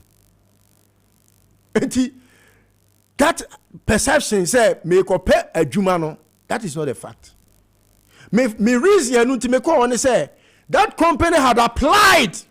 Kessben 92. And I mean who say ebet me aba buying form. And unti be pem ne when we see investigation be. Dabi. And unti na me see any randi abedi no. Because a day na a course so and unti no that company is qualified to get job under John Mahama. And until I'm seeing you around the abed, you know, because me was suyebi, me trim. I can't say it here. The ebe koswa, ebe timiama company, onu waya dream. Ketase se $350 million. Hey, NSS asema ye can 500 million cedis. How many 500 cedis? 500 million cedis can you get in $350 million? Very crazy. So this is my reason. That is number one. Number two, yeah, OBB, proactive, reactive. Kojo Sebi, who managerial skills there in some other firms where you were a manager and you took decisions. Ufri honum no company ni biegu because you are no more. Because in some instances, uja nipa mani share we chintino ebi die edaso ho. And so, yeah, Busa me say Kojo, the managerial skills, they say, I met him at Srim, Bedjem. Say Kojo is capable of doing this. But at the way, yeah, Abia won't mean yet. What must I say? Now, when it comes to Randy Abbey managing cocoa, I said no from the beginning, and it is no now because on to me yet. She said, as a manager, first problem, no abeto. You couldn't solve the problem with any skill. The problem still persists. How do you continue when that problem exists? Because enunti cocoa board the car, it got to a point cocoa board more contract one city crowd to be tria. And you still want to manage that crisis. Enunti no wako ton cocoa ya kan wasem ya kofa demonstration the very shameless MPP individuals minorities esan nam omo ye eboaboa farmers omo so MPP ano se omo me kasangu microphone ni en kasa omo ya ade no animguase fatawo omo me na no se animguase fata you sa anu a onwanyan is all because uba ye na one mianchi omo one mianyo omo hwe no anu ye one two omo ye experienced hands wo cocoa board omo sebi akwadre wo cocoa adwuma mu no adwuma bia obekoma ba adwuma bia NDC fo wo MPP fo wo Randy baaye no woni MPP fo na omo cocoa board no na ye adwuma eti imagine say futi obe na omo de bema no ori aboahin edu tie o boahin edu ne secretary ano ne ye adwuma ono na odaso ne Randy Abbey ye adwuma sisi yi enti won say boahin edu ne ba ne betena TV so o speak to facts fifi yes because and same be a cause cocoa board no ye man first hand information enti ene assembly a won kafa Randy Abbey hu bia no ubeka senya no kro pa ma BNI anase NIB ma national security enko hwehwem eye trodo Kessben 92.9 because uba ye no unim say MPP for na enye sika NDC for so wo ho ya omutiri ho abo bew ya ye won conform ya NDC for a omo cocoa border ni ndia omanya the experience no the long service of experience no the kind of experience omo no MPP for na wo ho no mu nibi MPP for ne ba ye no say wo ye afen ya recruit ukura na omutimi bobo fa so sa typical of it is the secretary ya make an asemi no a principal your friend is saying a manager say your mama na ye director tio director eso be tu binu mo etidien na nke fese wo so Randy Abbey wo ba ye no NDC for na omo cocoa board no so obeyire wo ho ama omo so akọ omanim e wa abrabom because ye campaign ye no omo na ye esansa na won ka hu nti no unim adwuma omo so ye etinya me ntokwa na me ko cocoa board for staff no so no ebi ye NDC for a omo sefata se wo se ye mo position se na ebe ya MPP for omo so honum na ye bobo omo fa asoma omo beduru ba bi omo aduru no omo so asem no ye betimi asolve and also another aspect so Randy Abbey has not been proactive, he has only been reactive. But another aspect of it, Randy Abbey president now appointed you. Yeah. We are criticizing. Yeah, China and California Casa said in the wisdom of the president, he has found Randy worthy of the position. And I say that who do Brunini say okay. Mampeni Nyansem wa appoint to dia ye twaso. Na ye twaso. Nti nkofo ye de kura na ekopata omo. And a president Krona wa appoint wo no. Was appoint obi ewo cocoa marketing company because president who say unim de ewo cocoa munuswa. Especially ne ton no because cocoa ne ton nti anya ne ton a enke cocoa de ese bia ne den. Ye kan we anameboa. Eno okofa obi a ono soso wa manone why international trading for years with several big companies. Now see na me kind of CV I was wild. I can't go into it because of time. But take time and read the CV of wisdom now president appointed no. Obi on the World Bank, big companies. And they trading. Now president Kofa ne buy. What buy ya the first public statement a mimi TBA and they say yen processi cocoa no na ye processi cocoa na ye benya not less than 3 times the value of just selling the beans, not less than, meaning we can get more than 3 times the weight of just selling the beans.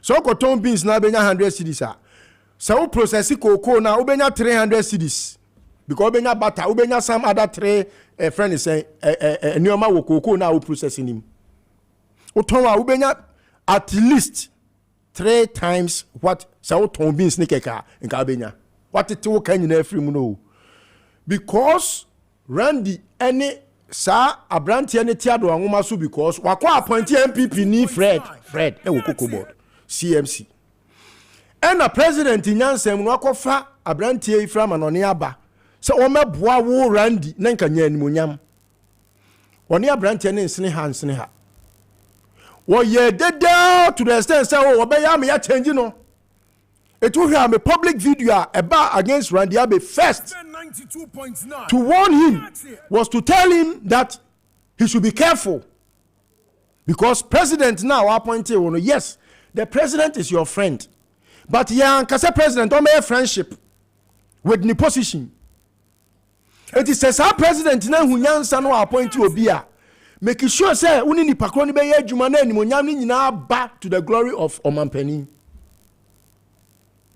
ebepim ne wa make even an attempt say say nansia president ko gina bonten was say ebedu 2030 no ye be process ye cocoa no 100%. Yes, okay. And this is time around the only ni pay president appointed now or started so kasa about 7 to 8 months ago no and I started so process cocoa now and ke fa so say ne nya enti ken ni cocoa farmer na kasa ke kasa cocoa for mo ya de ye process ye ne krampo no ye nya mfa so dodo e chen kane na ne ekoton no enti no ebi amusika no krampo no de ye maintain ne saa meboa yeah say who busa say sika no obekwa konya no wo he so where do you expect to get the money from meanwhile what ton cocoa no dodo na adada wo enya in excess of 3.9 billion sika ye kwaje no IMF no Randy Abe enya say sika no more than that akakra no enya 4 billion what ton cocoa no dada wo agi sika no so say sika na wo he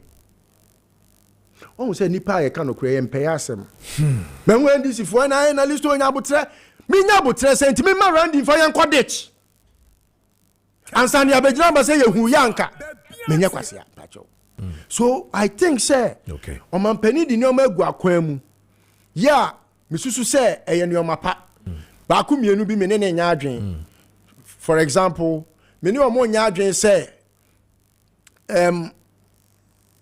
yate so fine ekwan ben na ye be fa so a ye betua cocoa board the balance sheet at the same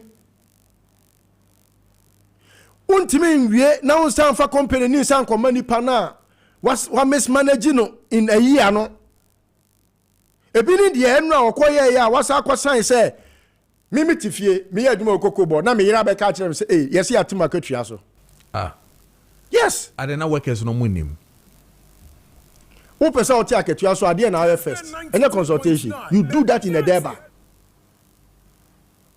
you speak to your staff and management in a deba nobody speaks for anybody so ya akatua entumu a nobody speaks for anyone either na wo teso so a wo ba ye 1 year wontu obi akatua mu da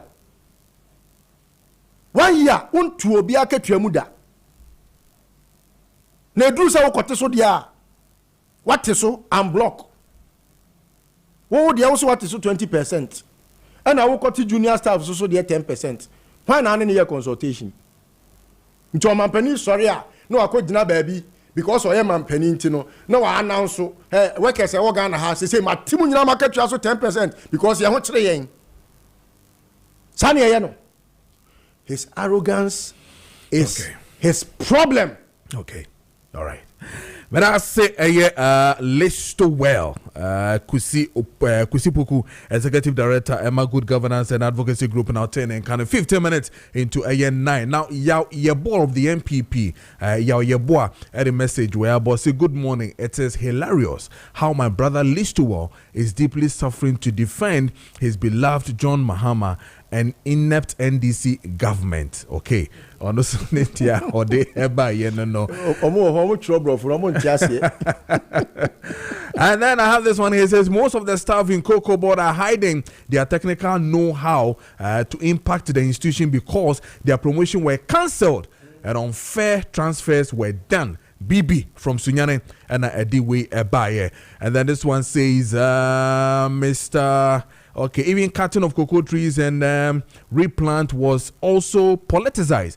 Those who party was in power had their cocoa replanted after cutting, leaving the so-called opposition untouched. We Sufi Seman takrade and the way so ebaye. And this one says that blah blah blah. Okay, mamenko na mene Mini abema Nana Obade Opambo Boating President my Concerned Farmers Association on Osi Intin and Afi Yemra Baxis here.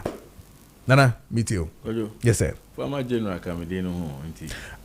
A doctor for Ubana politicians Ukoboni Dimpenan Bufu. Yeah. Farmer General no. Farmer General, yes. A very respected high ranker. Okay. Flight Lieutenant General Rawlings, the late president. Yeah. The man into we a Farmer General. Farmer General, yes. Yeah. Into Odopa. Yeah, and I don't know. I've been able to do many. Yes, sir. Mechia a year Ashafuna, teacher Nico Quaker for Concerned Farmers Association across the country. Nakofa, a year cooperative, a year societies, any women in cocoa production, our eastern region, any Obibia, a friend is Okakasa and Mawin now. Niku baby I mean start free, but me start free. A friend is saying, my brother Listowell can be about the rehabilitation of a friend is saying a cocoa no. Cocoa rehabilitation started a friend is saying a Western North region no. Ye di mo akotini yi pa etu anamon a follow up a share dia na e koso e wo ho. Ekuafo dodo na ye twetwom cocoa na gua na yintua wo moka ye mom sky. Na bebre na so na absentee farmers na they've left their farms e wo hono ma no moko e na contract ne so na de mema e friend say contractors no so na omo adwuma no so no na bi wo no so na they have not been paid. Nti ekoye a very big challenge pa e wo Western North. Me ankasa me ko Western North that time na Dr. Free Akoto na the agric minister. That time no na Cocoa Board is under Ministry of Agric mofa. Intina a very big challenge. Na me call rounds ni nyina no. I have videos and evidence to prove everything that I say because I'm always on the ground.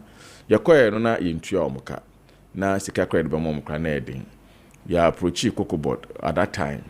But then yanti response bi anye den emfem from ho. Inti me ankasa me fa me phone e the report in my Dr. Free Akoto said this is what is happening. Message or reply me back and I say what? Why is this like that? Because Dr. Free Akoto Nankasa no oil cocoa farmer. You the best leading coffee producing in West Africa, and I say even in Ghana, Dr. Free Akoto. Wow. Oh yes. Into Yamushino. Into why no ka say I shouldn't worry. Metinenka. Into that very week, Nana checks was released to various friends saying Western North. So the way I said, a same day be so a same district, and I checks near the buy a koi. Weeding gangs so no weedy omodo a cocoa na se kakaka because rehabilitation I buy say omondo I say for I think say 2 years. Na farmer take 1 year just to check it. Na eno no so cry no na there was a problem and na aketua I say the ma a weeding gangs no no mo farmer. Yes. Very difficult pa. PP sir yedebema a farmers no crown was a very challenge. Intina some of the farmers no crown or warning your market common now at least in Pabwa Wellington boot. I mean they don't have anything. They have to be on the field to report this. Immediately I make a cancer and send under Dr. Free Akoto quickly no or release Emma Itria. Some of the farmers need be or no eka. into rehabilitation the Western North ni there. Bit maka say through Concerned Farmers Association, the hard work so far no etimi bring the gap save some of the trees within the Western North region. And as some part of Western region, etimi save ya pa. In this Ghana a boost of FNSA cocoa trees they shouldn't forget about Concerned Farmers Association, because without we na cocoa trees in this country, because one, most of the farmers, and I said the majority of them no chom cocoa no cry that dana koya galamsi. Sometimes na galamsi ejina. The past government, they did well. I mean, try to listen to someone na yeka. Etimi ye there somewhere. Aban bi obebia no dey bia that some can say. Aban bi en won mo aka so beba obabedi o minor bro. Aban bia ba person be den obeye bibi e den na no so gini di no e den odeko. Na ade na won say no o mani eni adwuma na kasa na o mo ye no eso. If you say na supervision ewo adwuma na the past government yeso on the grassroots anka minjini sanke ba bewie say anka benya the number of trees pa. Almost a friend is saying 35% of your cocoa trees no at that time was destroyed. If you try in Naguye. Emma even Abraham Edu say a Savior Church of Ghana. Na ni cocoa as a crana a war. A friend is saying Chibi a crano on with the concession. And a concessions board now on a Jubilee House that has given them that concession. Yeah. You can want some other letter called interiors need a kaka. But the Bakwa Unia Mehuni say Ghana is the most dangerous country. The most beautiful and loving country. But when it comes to matters of truth and trying to be patriotic for the state, your own country, you become an enemy for the state. Ghana, a very beautiful and loving country. But the moment you become a patriotism for the state, then you yourself, you become an enemy for the state. I didn't make us Abra ye try a cocoa go ahead destroy a cocoa edi cocoa ye galam say.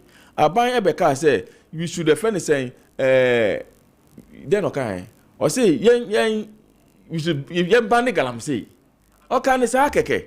But okay say we no aden let us ask say niema benom de to akwan mu. Me dey make an say your accountability be ya. We have to get through Minerals Commission. That is one. If you want no man, you beba cocoa board. If you want money about a Lands Commission, if it's ready, can all these institutions, institutions are so far as cocoa is concerned in this country. Menoka say the past government will send a letter to them, Jubilee House, say we can solve this issue because your cocoa was seriously, highly in danger. Menoka say it's still there. Nobody cares about it. Emma Yetuanamon, Emma Jubilee, Emma Ekache said my dad is a minister Abujinapo at that time. Or shall cry tell Musa, some kind say the ministry, see, they don't give money just like that out, and everything they have to deal with it. And yes, Kabia, Yahushi. And so you see, you spend millions of dollars for the fight against Galamsey. Send the money now. If you are doing research in part, we need accountability because one, I am say Miyakasa made my life at all. I've lost my son all because of following this Galamsey issue. All because attention I say minya for my family wasn't there. But I have to do what? Get to the field to save these cocoa trees and other things. But I didn't the cocoa we saying. Ya with the rehabilitation and someone say and ne ya baby PM say. And then no ye cocoa no Ghana no. The price of Ghana cocoa na then a declining and I say a reduce. Attention is about the price. Wakajo I'm telling you, say, don't forget the price no cry.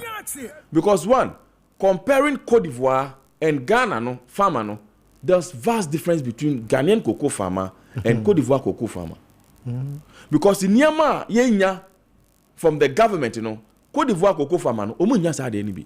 They don't get it. If you be jai politics, she say, cocoa kwa say yati ye cocoa so yanti a friend is saying cocoa board a friend is a ketuaso then they see omonto ketuaso ye. You see, so we don't have to be politicizing this kind of games. I say I'm growing a idea. Me I'm a farmer. I don't speak for any political party, and there's no way say I will be defending any political party. Their cost na ye meka can the past government you buy for the cocoa sector within the rehabilitation. Fine. This government they buy or the nyama bebre atoto to kwan so but me problem am me wo Kessben ni say our trees now ene e produce beans ene e so ban fa so a ene me no ka say ye reduce price no that trees no are highly in danger. You try cocoa trees in Yegu. Could you believe, say, Metima can on your platform say only 30% of Ghana cocoa trees only save. The 70% of the cocoa trees in this country are not safe. By the close of this year or next year, if we don't reinforce our laws, you make cocoa in Negu or Maimu. If you say the landlords of the lands, no, some of them are tired of the cocoa on their lands. Some pay them. Oko asante mantema o tumfo say to ono ani krom a onum so tumfo don fa cocoa ni agro oko na cocoa I have a video on it cocoa if any say ohine okro ni say onpe cocoa no into oya real estate into omo the pillars akosisi cocoa efunu nyina a etwetwa cocoa ni na ego attention enko hoye yenti say people are raising eyebrows and I say they are going to demonstrate against this kind of illegal activity in this country because one, cocoa is the heart of the country. You're turning to go pay my bear say 100,000 per bag of cocoa. Then the cocoa now will pay 100,000. No, well landlord and as I say I want to show you cocoa. No, Jeff room sema. Obey say ben now. It is time for we to protect our lands, protect the trees. Nankasano. Ne via yetima ba be kan efeni saying the pricing any the kika kan ho sem. Yeah, the price na the aba. Ushe Cote d'Ivoire price na say omde madam beka na je so omde no wo manim say de 136 fine umitima ko 400 cry na say 4,000 cry fine but they should say the incentives and other things that you are getting the kind of effect saying agrochemicals any niama ye dem say and say yemfa nkomo obi edro ne de ma ched for na omo wiaton staffs na kasa wia kokoton what I say ye de ma effect saying farmers no so omo konkoya na acquire politics NDC na was until ye ma NDC chairman and as NDC penny and as nipa na odi anim no NDC ni obehwa ma NDC for na nyansa na people na da babenya the past government the same thing is here but 2016 I sent a report to John Dramani Mahama on the same issue na sa report na mdo command no omu overlooking no emaniema ginsem the same report na den ebia sen ababiem and se wantimi amanani anko na se wanhwe ni yi na se yentimi an clear the termite around the presidency.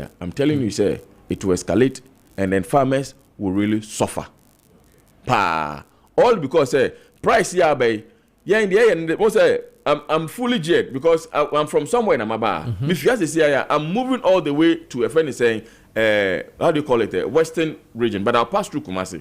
Okay. Because we need to engage the farmers in Kumasi for them to understand the reality on the ground, for them to know, say, cocoa price, say na a year yenti a buy, nchichemu ni say nete, ye na ye calculation, say nya, ye beka to mampeni, so mampeni, sa di e buy, ye cocoa kwa say anya de yempe. So betia, se si ya no ka say, yenti min ba bonting, and as a cocoa farmers and ba bonting and be declare their intention on the cocoa price, our acceptance speech on that. All because we want to get a fairness and the views of the farmers before we do what we will come out. Because at the end of the day, other groups, you hear TV, uche dem kofoni bia no me no more can. Uche other groups, they call central region, almost more accept it. You call other part of the region, almost more then, almost accept it. But the friend is saying, "Oman penishe, na friend is saying, "Where friend the kika kan no musanka." Inti akwa say, "Obi aye the air Canada." They are playing politics with this. But at the back quite dangerous. When you play politics with cocoa, it collapses. It collapsed. All because the MPP and the NDCs, no, they are the same people. They are the same Ghanaians. There's no difference between the MPP and the NDC. What I say, but we as farmers, no, we have to concentrate seriously on our cocoa. The centers will be removing Randy from his post, no. Yeah, no first. Where the Mijidi say, me bra ha, let's say nyamu kakra. Randy is a new on the saying on the sector. The entire didn't buy and they say you don't need to be a cocoa farmer before you can be a saying a CEO. You cocoa farmer no CEO, which is a friend saying doctor, a friend saying boy hinedu. What I say, waba oko. You say another a friend saying CEO. Oh no waba. Only any background of that. But then you should say how manageable are you? If you're a very good manager, it means you can do what you can manage that position very well. And for now, let us leave Randy for now and wait for this year ending. A friend is saying, Niama, or Modiatu in place, never saying, Biano, reforms na ebano, a idea about Bebois, and I idea near the Mwa. The Edikai, debt or Sikatuchi dear, a car abono. Yeah, Mr. Say, who are those that they are going to pay that money? Because at the end of the day, no, being a farmer, no, I'm not happy, say, Cocoa Board is getting 80 years. So, we 80 years very soon. This year, you know, Cocoa Board, 80 years. 80 years are Cocoa Board, yeah, Mr. Say, Cocoa Board, omo bank account, and as omo coffers, no, Sikaro do send them. Now, debt here by who caused that debt? When him, you're Ghana, ha, now they back make an say, Yan cannot create. Because even if the police institution, cannot create, and can maybe one of my account, they wake up and do it. But then, even the police themselves, no, salute the criminals, the politicians, those that they are doing things that is illegal, no, they are doing what they are shielding them. Okay. Are they back on and say, yeah, nothing. Me this, you know, ye coco, ye na ye say ye coco no, say ye ntimi empeja ye mu, na ya nhwe ye say omaya. E ade nyina yensa beden ebesi fam if you say enye NDC na bema na so enye MPP na bema na so eye kokko akuafo ya na beden ye bedane dan na ma na ema na so na ya ntwe ho afisa politics na ababehye kokko ni mu a e ade e beden be hadwene because kokko ne fa anya politics aban bia beko ba kokko akuafo ebegu so a wo sise kokko akuafo na enti mama ye wo na ye hwe niam bia aban di ba ebeboa ye because the attitude say from September ekono with the scholarship, if any say, I did Marco Quaker, a bit take place. What am I say? Fine, but then with the price and also abano, the idea can say we want to meet the president of Ghana. Nian Chen Yan Jenny, Bob Brewo. At the same time, no, so no, there's a big challenge we are facing. No, yet many share we are after not your intention. A war with the price na den ye the babon. All right. Farmer General any attending canon and obade or Pambo Boating president Mayor Concerned Farmers Association any attending can yen amal estate for bedin commander from Aba Ayura list so whether he really agrees to the fact that Yaman is and say finance minister Kraso Aba say cabinet has say 8 years. I mean, for the past 8 years in a investigations, ni who and Yama Akoso away Cocoa Board. So, would a listo agree that Yama a 1 year na say still and Ujina. This one says, good morning, Mr. Host and Mr. Listowell. Nana Kusi about Nana Quating. I am Mr. Adoma of Sunyane. Cocoa Board workers' salaries have been, okay, Yatiso, I support it. But how did Mr. Randy Abe did it without consulting is my problem. So indeed, the Wokano, then he's telling us, say, sa consultation and Wokano amaso. They just, say, your issue a statement to say, Sebio, yate almost salary so, and that is not what it is for them.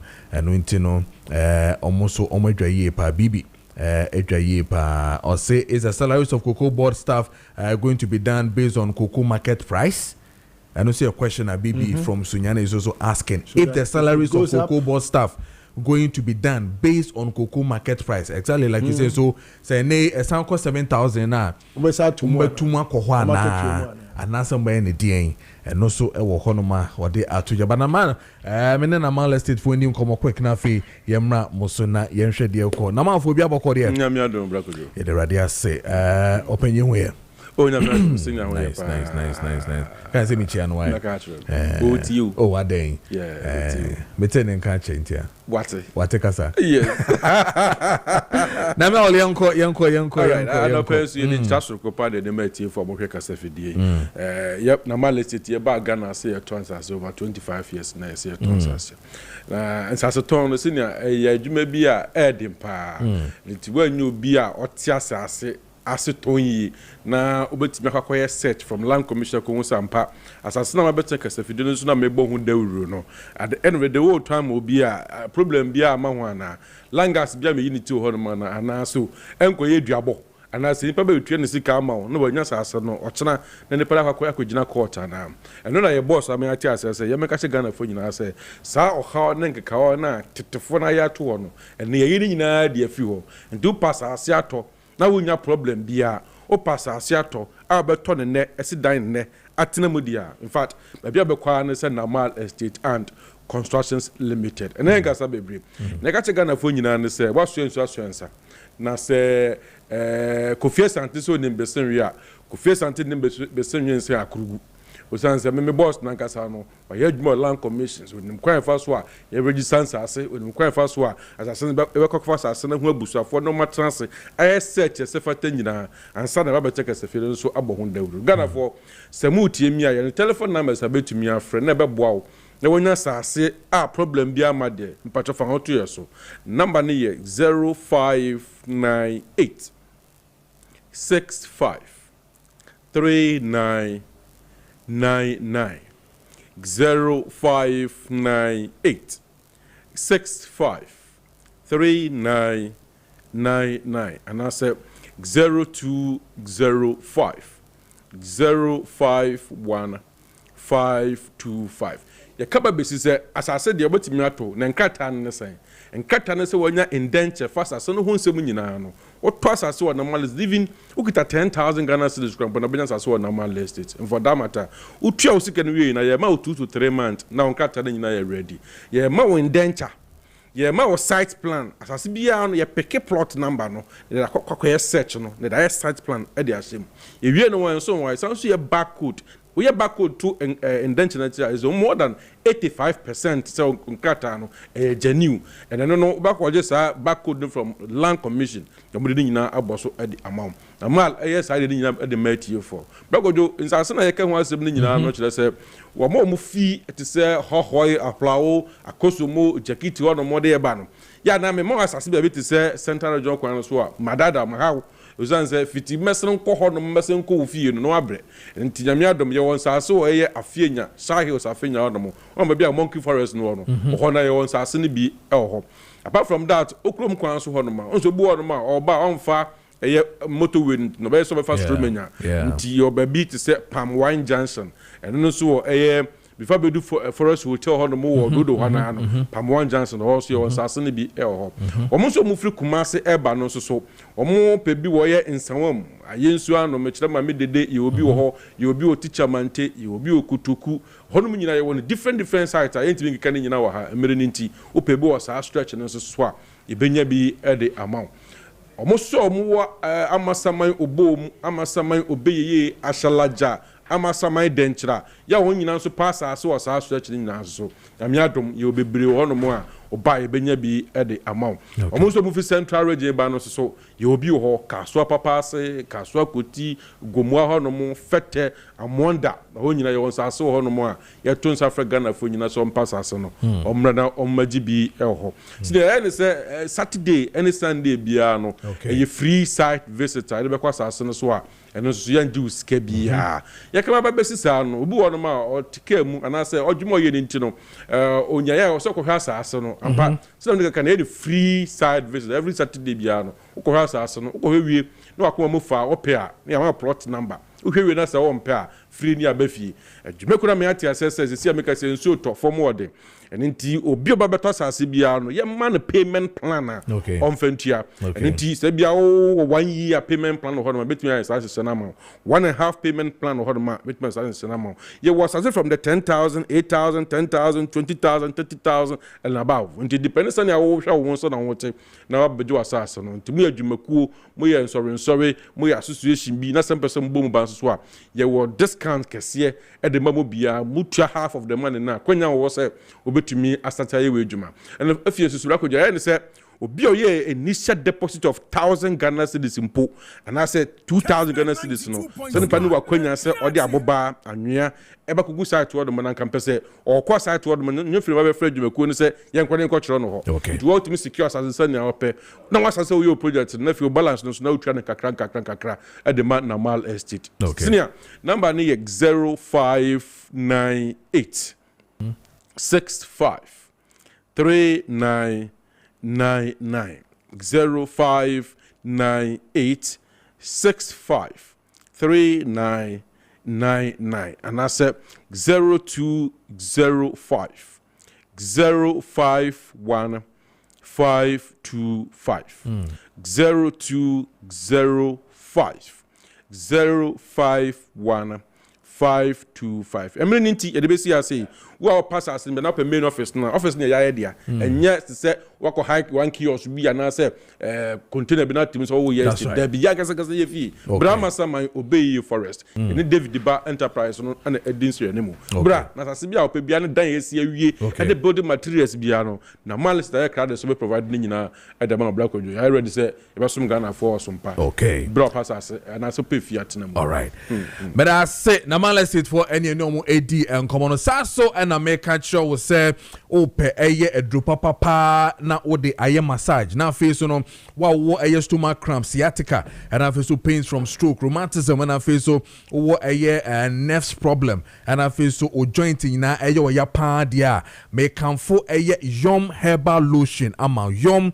herbal lotion say dokitikiti ekra mi ya wo hu sa e wo TV ni so no yom say drowe papa ano din brutal eno ntino pebi na to me used to be na me honam ye me na me share that test say drowe pa Jack me na da me di twitwi ye no domo kan ne say o Kojo de fa twitwi me di twitwi so bebe ya me ya no me di twitwi ye no me hu say yes or should be a right me widie ni ma me hu say yes ampa Jom herbal lotion no eye adwuma yie pa eno tell me kanfo amount na wo so akwa pebi na wato say ye rheumatism say ye pain from stroke say sciatica say stomach cramps e dey pa ene how we ye pain pa dia e pa cho fatwichi keke eno ane Yom herbal lotion ebebo ye pa o pedodo etupa dia woni eye deals generation enterprise for indie and common deals for eno ebedin komodia na 0244 730295 0244 730295 and after 0302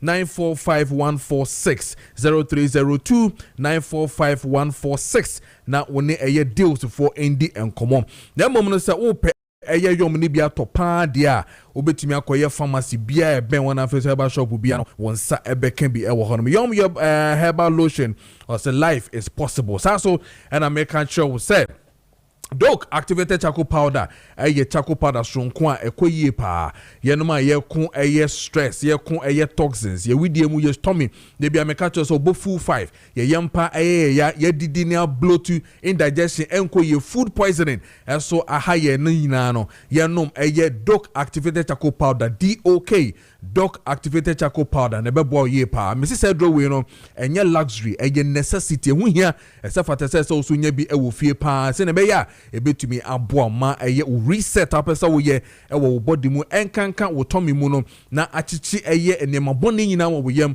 na etumi afiu so no eno a ene ye Doc activated charcoal powder ono so ntino sabio ene udu fie be ye 738 na odidi kra na wonstro esa ne se enkobo 9 ne de wo bo eye Doc activated charcoal powder ni bia ebebrebe ye bloating indigestion ni nyina na ekoso wo yam ni nyina no bibia eto ebetwa mo amopedudu to no monko eye adia pharmacy Kumase Love Life Pharmacy Kumase Pure Leaf wo Kumase Colina Kumase na Naboachi Watema and afeso ye Mensa Takra the Joe Bennett Pharmacy wo Sunyane and afeso eye Delight Pharmacy Kufrodia Wedama Pharmacy wo Ashaman and afeso pharmacy shops bia wo eye Kanchi Drug Lane bia no wonsa ebekan Doc activated charcoal powder nibi 0598 20 6885 0598206885 and after 020 661 6620 020 661 6620 na one eye Doc activated charcoal powder ending komo na omobebo ye pa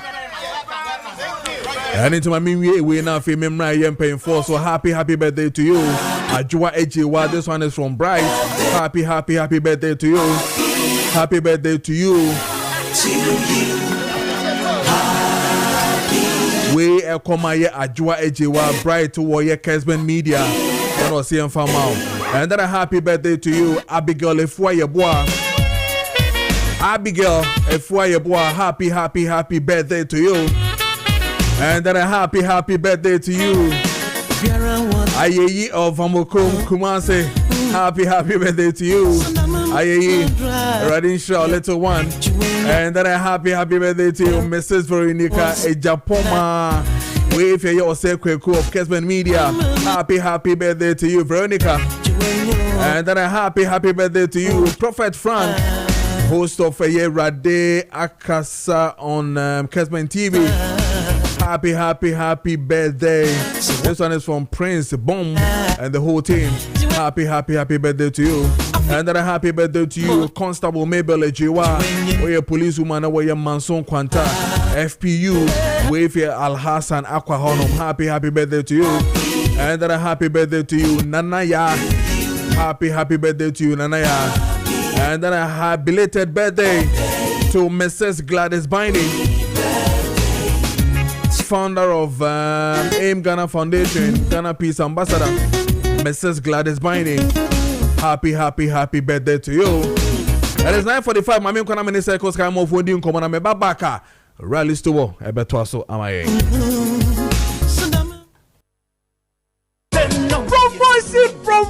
Promotion. I feel better the adeva. Now feel better from who the road the mount. Make count for Circle Sky Mall at the amount. Say a foreign and not local foods. Organic near my pop baby. And yes, Circle Sky Mall. Circle Sky Mall. I was some Debbie Mount. Every Saturday, 19th January, 17th February. Circle Sky Mall. A promotion. Products beer one. Ya te the water swab from craft. If it provisions a bush of one cosmetics, any toiletries a bush of one. And to the other side of the Circle Sky Mall. No, I bet you would ye. Baby, oh, baby. Loduko, never me fear de. Circle Sky Mall, and we are seeing ya den cry. Circle Sky Mall, ya wa kwame nkrumah circle. I'll see that Twin Towers down wemu. First floor, Bora Abribia. Press 0240-212-510. And answer 0242-346675. Circle Sky Mall, ya me fear de. And so 46 minutes into a year 9 a meeting at the Amansanson for Kojo Preko Dankwah. I will share with Kessben TV. So and then on DSTV channel 364, and then on Go TV channel 121, and then on Kessben FM 92.9. Now this one says that I need your help.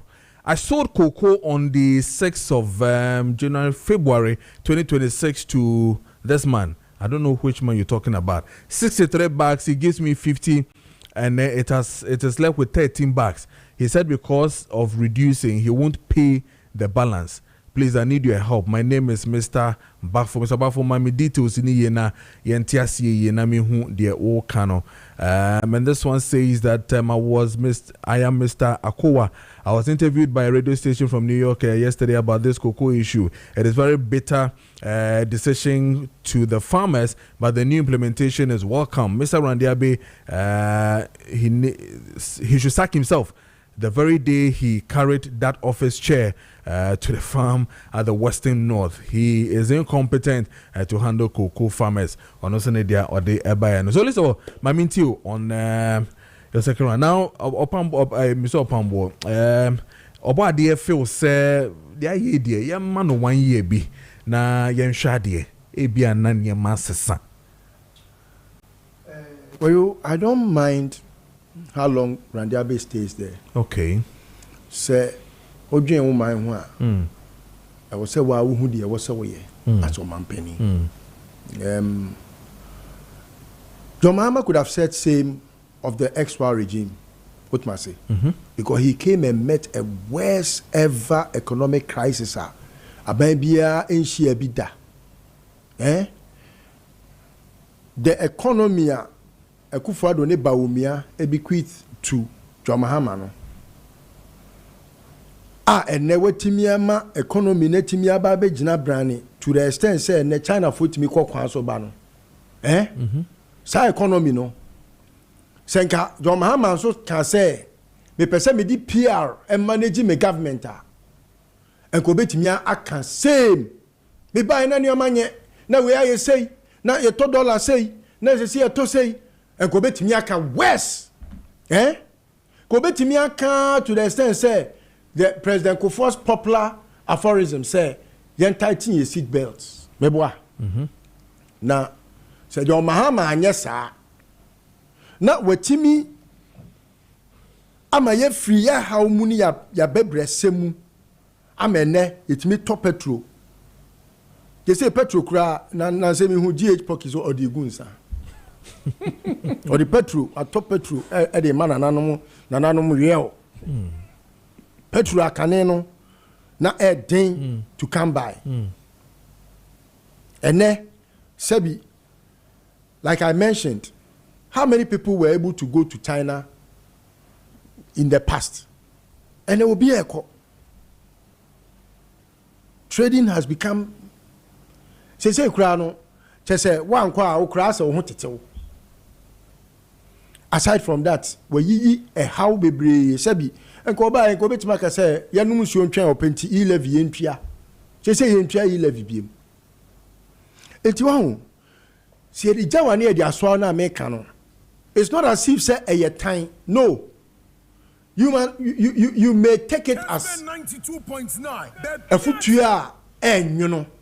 Because yemfa edra de emayafo, especially when the yari anymore thing. Ultimately, my suggestion is say there are so many other places he can manage, but not cocoa. I will insist. Say, so man penny don't mind the cocoa kwenina because cocoa body jubano sun kanya din crowd and yet. Sebi adwuma ka betima ka se den eye ni suban oni ahobrase oni opepa randa some na okay yes say the president here no president he widely consults. He is one in that category or giants and YBB in that first category of the people I said. Musa Makasi are two categories of human beings.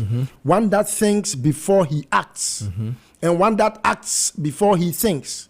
Randy acts before he thinks. He doesn't think before he acts. And yes, sir, and Kayen Lu baby, I agree. And then Kabet Miama Unim, say Ghana, Coco no crano. Ye Kotoni, I say a for a bank grant one seed in Frimu. Ye the Nina Mamo Crana, still a Andrew Sikana. Na by the mamono. Si eto koko ni se sie ni ye se kotona monone. Na bag bia bo no. Ye diskani nyina ma koko kuani no. Aban tika preba mfiri so kra na. Still a endru di aban de mamo kane no. Meanwhile, aban di nkan aton koko ni bi dada. De ye kan wasemi. About 10% to maximum of 20% of the aban aton dada. And aka na just what turn be 80%. Says can away. What must say? Yeah, appoint you obi. Now who say immediately you appointing on our starting Thanksgiving party. Thanksgiving church service. No who say enye or something na oye. Enumucha. Obi tifie ya appointing Cocoa Board siwa or you say Cocoa Board is ka wo ho. Oni appointing na makọ radi ni makoda na at least wo. Over some dia ti o men ka se koda nyame ase o. Ba wo ya koda nyame ase wie na be party. Na o yes answer na omo ye na. I have to be suspicious. There won your man me ntimi nka na obedwa mu da. But I always speak to people's conscience. Me nuanum NDC for sometimes they come in my private obi bo ma baso Randy mo hard do do obo se no asaba me Facebook page no abi twa bom kakra no aka chem se no me react o me say o me react na masre the beauty of politics they say John Mahama started say you're very candid to the souls of the Ghanaian who vote they made him the second chance. Someone may can grant say wabia ya man yourself. A bedroom baby no Ghana will not come to your favor because ube didn't intro. Why do you say bo Randy Ababaso? Wabra why ye niama ensem fata. Let us rebuke ourselves. Yeah, dear bandi bar bemuno. Say MPP there, they don't have the moral right whatsoever. So I'm criticize abanye way. Because abanye one year even 0.001% of Bonia MPP for year Ghana. Enti say MPP need your kasa. Mun fa MPP ani nasem entu baby. Ono ya nasem yentro. Okay. Sene. Yes, ye bun konta. Even at this price aban so de ma koko kuani na ye bun konta. Say sika we ebetimi ato cement attend the MPP for the mom. Yeah. ebetimi ato petrol dodo achen saa ebetimi aye nioma bebre achen even at this reduced price no HMPP dey na asem yen twro okay but the expectation again ni nya ya odi koto obama NDC no ba ko ne say mede manu sie no yeah first man na yen make sure say MPP for bonny no ye be twro amana yen say na ho say never again shall we ever have such unscrupulous leaders to mismanage this country. Okay. That was here true. Any question a train say asema ba wie no na ya be rand the any bi. Okay. Ekofo ne konomo amount to omo nyoma ye. Amount to nyoma ye no ba ide na ade aye omo. Enti sa de ani bi ba na you see you are say na ye rand sa na ye be ye wo. Okay. Enti me the rand the any ye case study.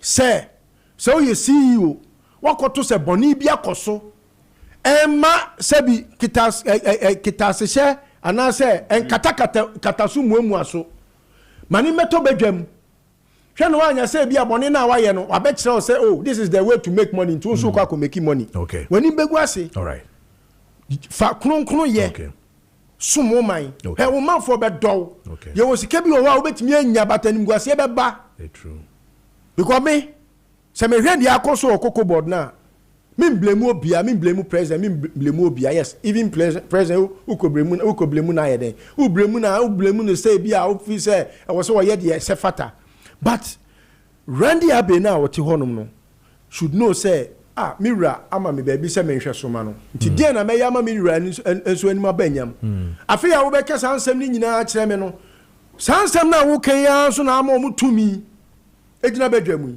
e ka che ba ku ti mienu wo che me ensa e make sure say sika ba enko e kan kon koduru ba bia onu timi ko gina ene miracle timi ko gina enwuram eni kokoo kuani e ka se wo wa ye bone e ka wo ye papa nka wo be nka wo sere Farmer General Fayewi what just about just 2 minutes be just to finish with that well ye de kuafo ye nya manwosem na de ka kire kuafo ni nyina sa adwobre o kuafo all the friends the 72 Koko district ni nyina na ka kire so bia nka na komanto ni yem ye fia e bebo om nan so no ma baba be din kom price aba ye mampani otie asem enti ye kan bibi kire na ono so be den ebetie enye amememfe ene be fa so akotwitwa ekoko agu enem no ka se wotwa koko ba akogu a wo be kwa afiase wo yo hene so wo yo hene ben kra na se wotwa koko se de wo ma o authorize ye ntwa koko a ye be che watum enti nana no mahemfo munye very careful okay the center of stubium